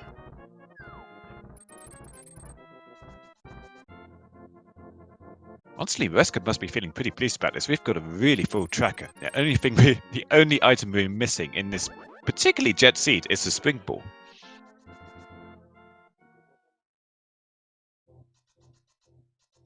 Number 7 is a small key on a torch.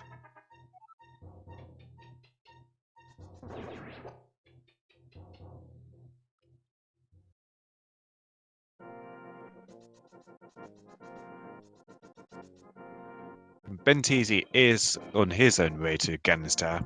These runners are only about a minute or two apart. We have had such a close race today, and considering this is a combo randomizer seed where the races typically go for 3 hours, this has been such an impressive race to watch. There is our big key. Chest number 11.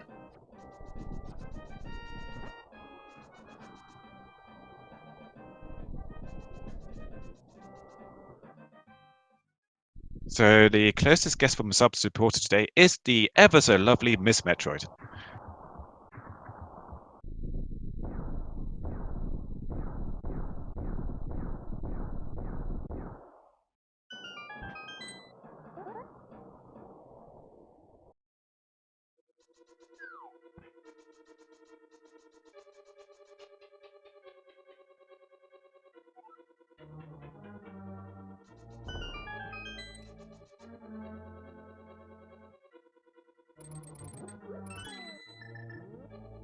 Okay, did I miss something, or did SuperNinTaylor just switch his silver arrows off? Or did he just not have silver arrows? He's definitely got silver arrows. Yeah, they're marked, because I'm just like, he's using wooden arrows again. Yeah, he used silver arrows against Vitreous. I don't know why he switched to wooden. Not that it matters much outside of those mimics. Although he might end up with some arrows plunking of Ganon if he's not careful. So Benteezy also gets his big key. I don't think he went to the right side, so He is very, very close behind NinTaylor. Yeah, he did not. He checked those first two chests and he decided to go left side instead. So that gave him, made up probably about a minute's worth of time. I think this is one of the closest races I've seen in the tournament so far. This has been spectacular. Please do give our runners a follow. They are well worthy of your attention and have given us an excellent, excellent race today. It's been a pleasure to watch, and we still don't know who's going to win. It all comes down to execution at this point. NinTaylor only has a very slight edge of that gold sword and red mail. Yeah, the difference you see between the two racers in their positions in Ganon's Tower, that's how close they are to each other right now. So it is very much execution based on the remainder of Link to the Past and Super Metroid.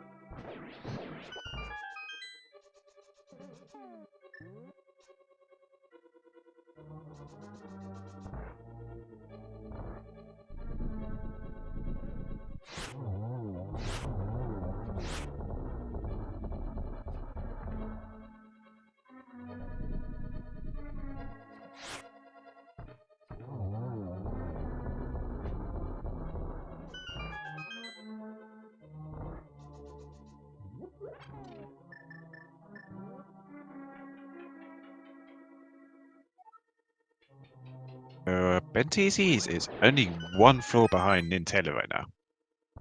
Perhaps Moldorm will push NinTaylor off the cliff and we get a bit of a catch up by Benteezy. Or maybe Moldorm will just die in 2 hits. No Yep, trolling today. Yep, SuperNinTaylor's not having any trolling today. Just check the validation chest, even though there's literally nothing he could get there that would be useful. And I really do mean literally nothing.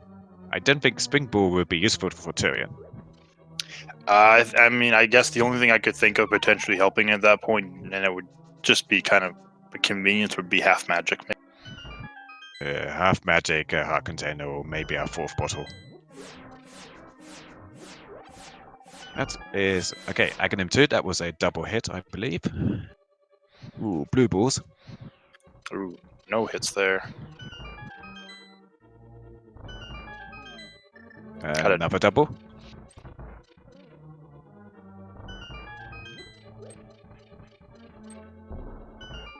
Two, 0, 2, 1. Did he get a triple? Guess he must have got a triple somewhere.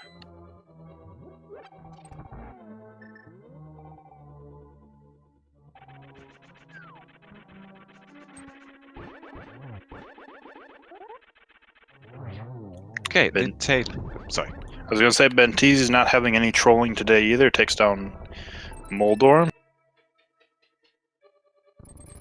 This is pretty much going to come down to just gold sword difference on Ganon here. What pun does he have for us today? Nutrition advice. I made sure to have some cereal today, this morning.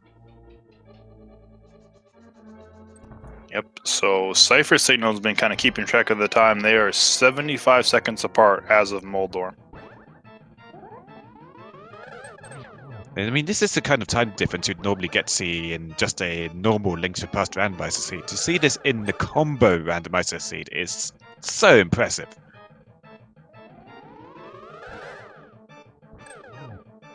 NinTaylor gets through phase 2 without any problems. Right, Benteezy gets Ega 2 down, same amount of cycle.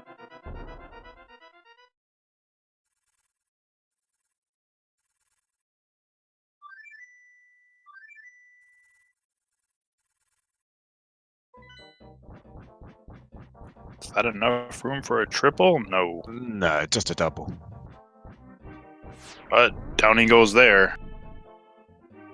Now, assuming NinTaylor does make it across the bridge, get your single G's in chat for NinTaylor. Just 1 G, no more, no less.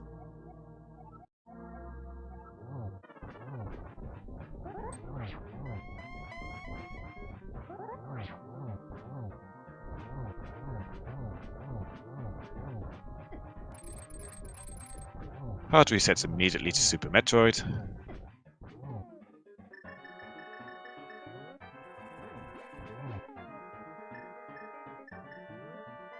We've had a pretty generous Super Metroid seed so far too. We've got almost capped energy tanks, just 2 short. Not as many supers as we could possibly have, but we have got literally all the beams plus charge beam, so Mother Brain's not going to pose a problem either way. Actually, 70 supers, that is quite a lot of supers. That would be enough even without the charge beam. Yeah, they were picking up supers when they went back to Link to the Past, very frequently. Ah, yeah, from the Great Ether Hunt. Benteezy is on phase 3 of Ganon. And yeah, we did find the arrows in Brinstar.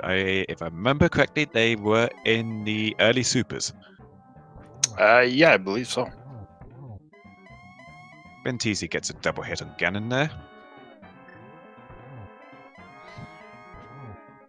Gets a really nice pattern on Ganon to get to the next 2 hits in nice and quickly. Get your single G's in chat for Benteezy. This is going to come down to just Tyrion. If SuperNinTaylor makes a mistake, perhaps he goes for the baby skip but messes it up, but Benteezy gets a baby skip.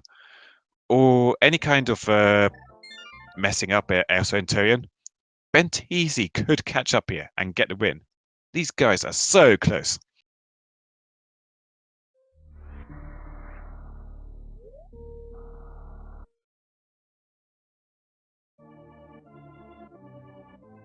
SuperNinTaylor is blowing his way through Turian right now.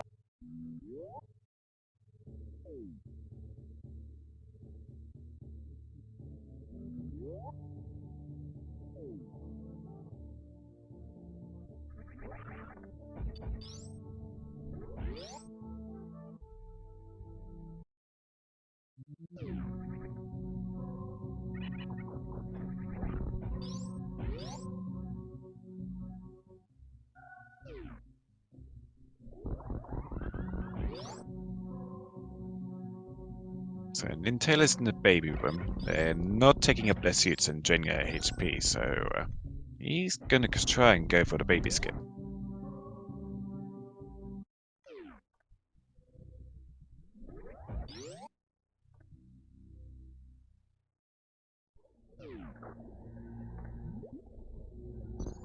It gets grabbed. But it's not going to set him back for very much time. Oh, it won't. Every little bit adds up. It does give Benteezy time to catch up if he does get the baby skip.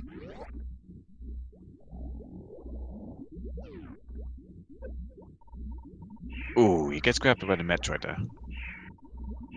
He's just going to bomb these with power bombs. Well, nope, he's going to get rid of him and super missile him. All dead in one hit.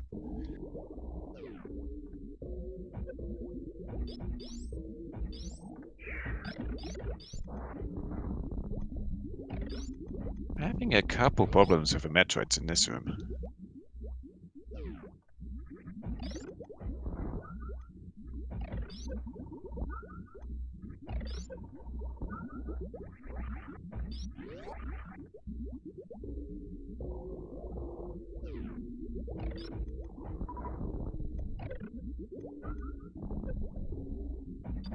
Taking out the Metroids in here one by one. Could gather them up and then freeze them all in the same spot. SuperNinTaylor, meanwhile, is heading into Mother Brain, and they are going to try and clip past the Zooptites here. Got to turn off Screw Attack and freeze the Rink in just the right spot and use that to clip through the Zooptite. Benteezy, meanwhile, is not going to go for the baby skip. They're just going to get drained super quick.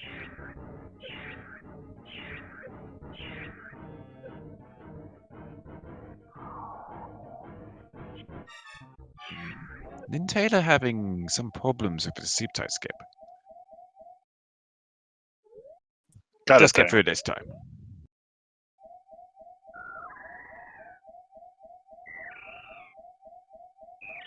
So, barring any disasters, like say us chat is speculating a softlock attempting the stand-up glitch on the Mother Brain, I think SuperNinTaylor has got this in the bag. Let's see if Benteezy can pull off anything to try and catch up, though.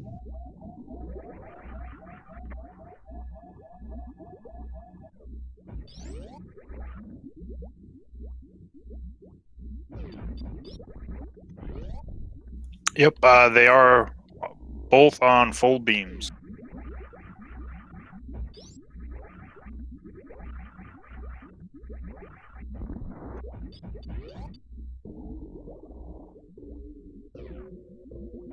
Oops, SuperNinTaylor generating a few bombs there rather than getting a charge shot off.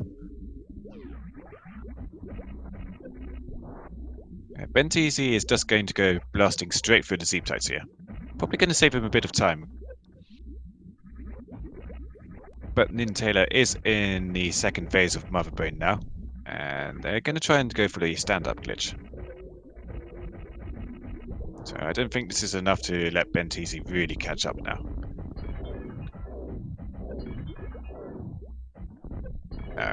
SuperNinTaylor's got to dash a couple times into Mother Brain's leg. Not too many times though, don't want to die here.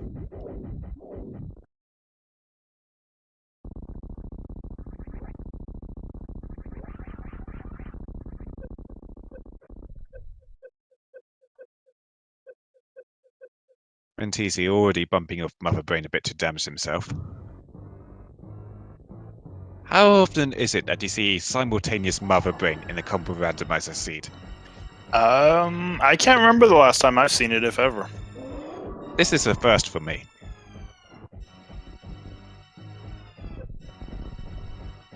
So SuperNinTaylor avoids the first softlock.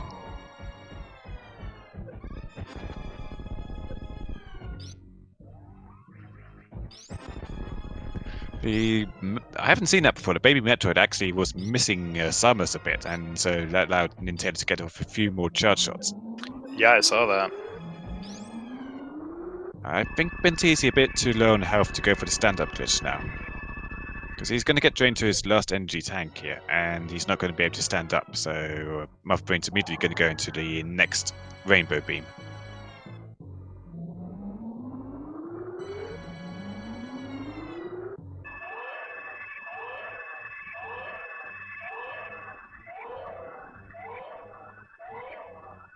A few more shots for SuperNinTaylor will take down Mother Brain. Yep, down goes Mother Brain.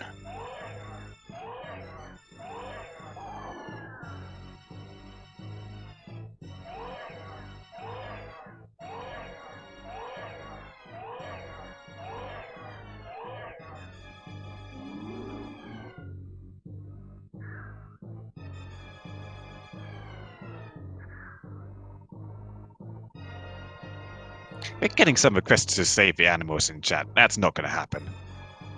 I mean, you might see it on Benteezy's side, potentially. I'm assuming nothing happens to SuperNinTaylor just because we see the dot done. But I think if you don't see your opponent dot done, you are not saving the animals in this case. Honestly, Benteezy is so close behind, he's probably not even going to be looking at IRC while going for the escape. This is also true.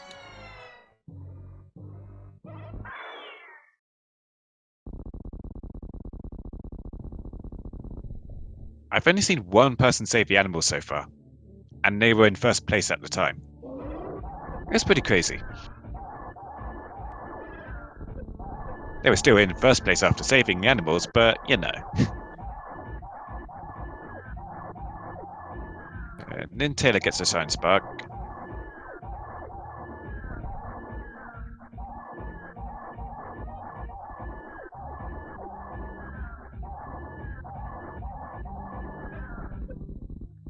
Yeah, I think the last good time to actually look at IRC would be right now, where we're just kind of waiting for Mother Brain to blow up for that time to escape.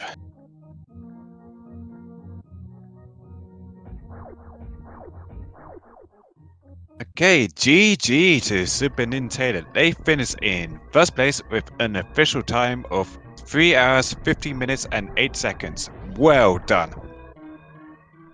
Yep, get both your G's in chat now.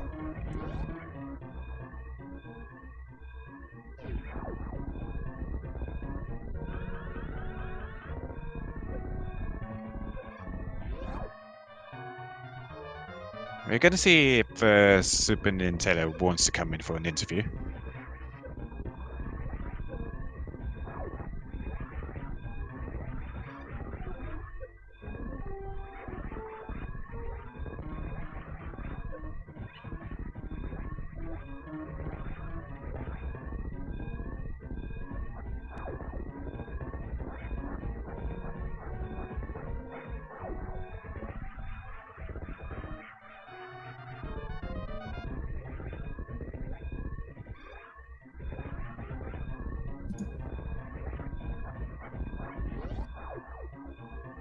And NinTaylor is here in the chat. GG. Well done on your first place finish. Thank you. This has been one of the closest races I've ever seen in the combo randomizer. You and Benteezy were literally just a couple of minutes apart all the way through the race. Wow, that's crazy. Yeah, I was watching the end of it and saw how close we were. I mean, I saw his finish time as well, but it's actually kind of crazy how close we were. I figured maybe it was close. I wasn't sure how early he would have gone to Skull Woods. So when I found the ether there, I was a little bit nervous. Ooh, Benteezy just jumps past the ship a little too far, but he gets in it now. And get to GG's in chat for Benteezy, finishing in second place with an official SLR time of 3 hours, 16 minutes, and 52 seconds. Less than 2 minutes difference between you guys. Absolutely GG. incredible. He is not going to be joining us for an interview, unfortunately, because he's complaining he's on no sleep. So, hey, if Benteezy had got more sleep, perhaps he would have gotten in first place. It's so Yeah. close between you guys. Well, I'm glad he didn't get any sleep then. But yeah, I wasn't expecting it to be that close, but I'm glad it was. I'm glad it was a good race. As he said in the IRC, I think the only thing separating you two guys was that he took a death to Trinex, and he didn't take the safety door on Laser Bridge, so he had to spend a bit more time going back through Turtle Rock. If it wasn't for that death, you would have literally been... It could have been a tiebreaker, or he could have come in first. I've never seen a race this close. I feel like I might have seen one this close before, but it's possible that I'm just thinking of a straight up Super Metroid rando. So I remember seeing two people on Mother Brain, but maybe it wasn't combo. I can't really remember. But for combo, yeah, that's actually pretty crazy to finish like so close to each other. Oh wait, what am I talking about? Me versus Zosty. Maybe that's why I remember it. Yeah, I think Zosty and I were like literally 1 minute apart, maybe less than a minute when we finished. I was ahead of him beating Ganon, and then he just like zoomed right by me. This was a different tournament. I was like 2 minutes ahead or a minute ahead or something after Ganon, and then somehow he just pulled out his Super Metroid skills and pulled like a minute ahead of me, just in terrain.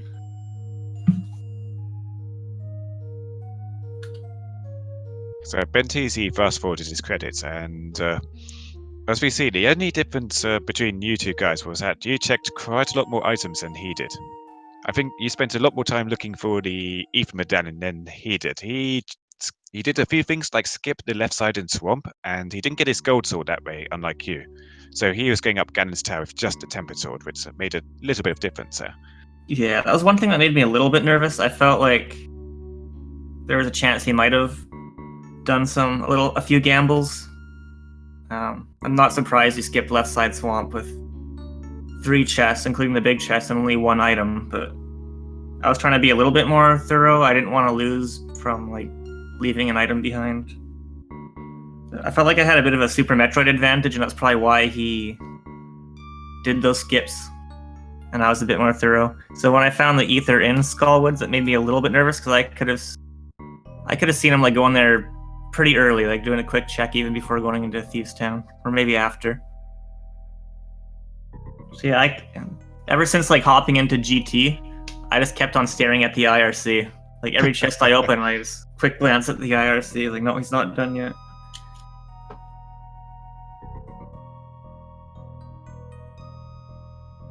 Let's see, so that puts me at 3-0.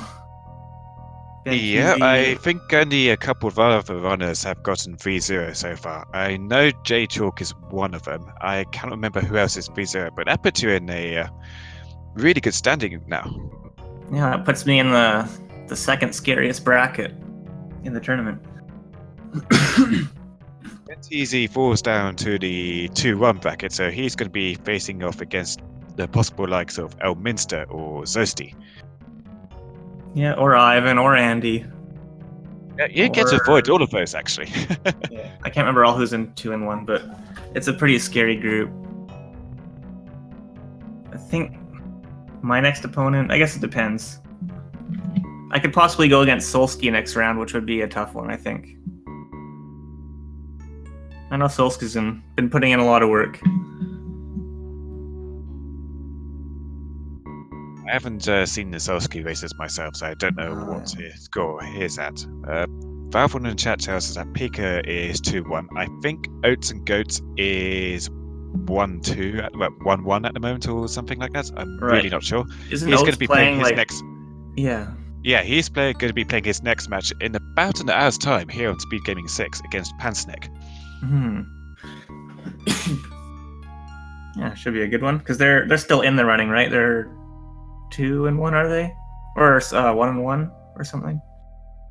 I'm not sure. I think they're still in the running. I'm going to have a look at Oats and Goats right now on the challenge.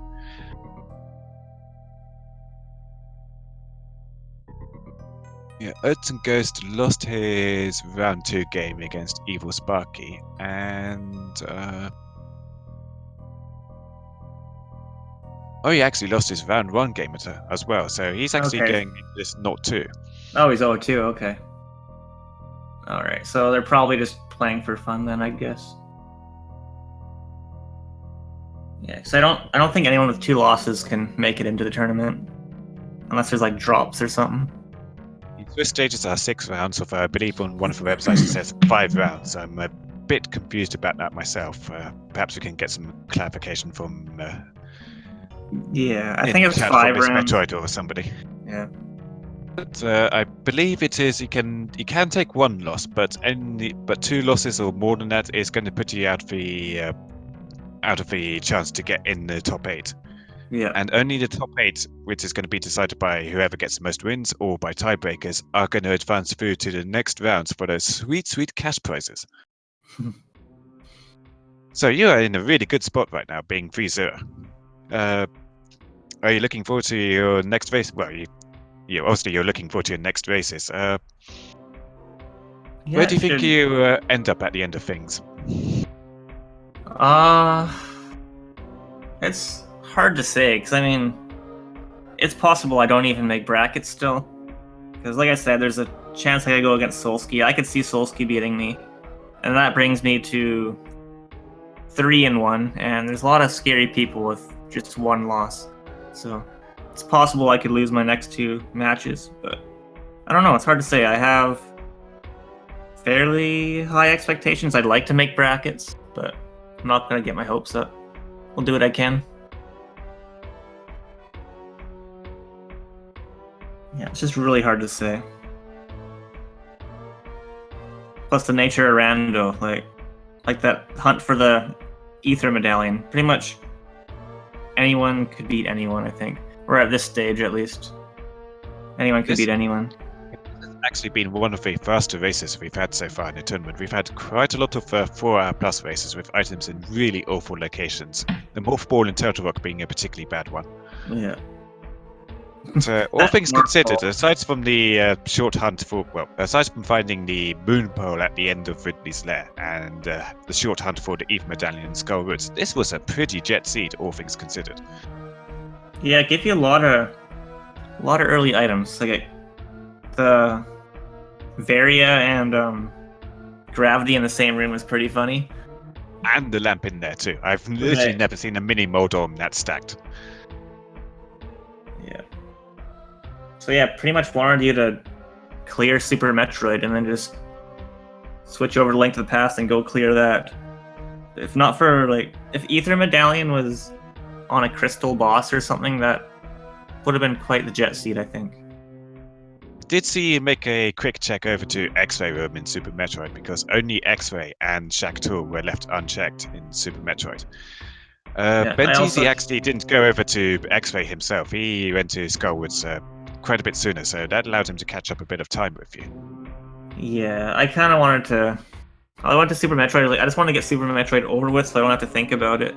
I was like, oh yeah, I still have Shack Tool open. I was like, you know what? I'm saving that for last. I was even gonna check.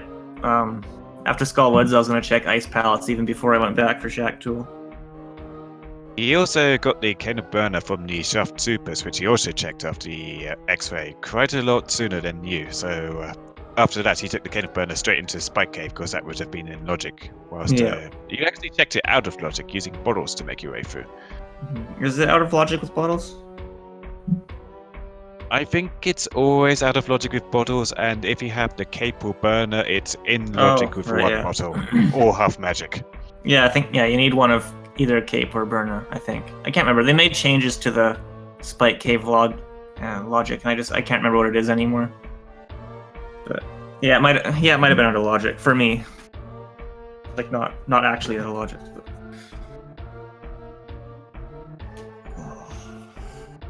So I think we're going to about ready to wrap things up here. Any final thoughts on the seeds today? No, good times. Had fun. I don't have anything else, but thanks for commentating. And thank you for giving us honestly one of the best races of the tournament so far. Benteezy is in chat right now, so thank you to Benteezy and thank you to you too, SuperNinTaylor. Absolutely excellent race. Right, GG, Ben. All right, I'm out of here. Good night. And as for us, like I mentioned earlier, we have got Oats and Goats versus Pansdeck later on here on Speed Gaming 6. Oats and Goats is out of his standings for the top 8 in the tournament, but he is an excellent Super Metroid runner, so that is going to be a race worth checking out regardless. And that is the only other Super Metroid and Link's Past Combo Randomizer race we have on today. I believe we have more tomorrow. If I just have a quick look at the schedule, yeah, we've got Iris Isophius versus Stricer 86, and Total versus Lack Attack. Also Sinus versus HK112, and Solsky versus Raikou Rider, and those are all happening tomorrow at Sunday. So, I think that about covers it. Anything else you want to add to this race? Is Link a lot? No, it was a great race to watch, especially with how close it ended up being. Just the minor differences that could have completely changed the outcome of the race. It was an amazing race to watch and to commentate on. Yeah, absolute treat.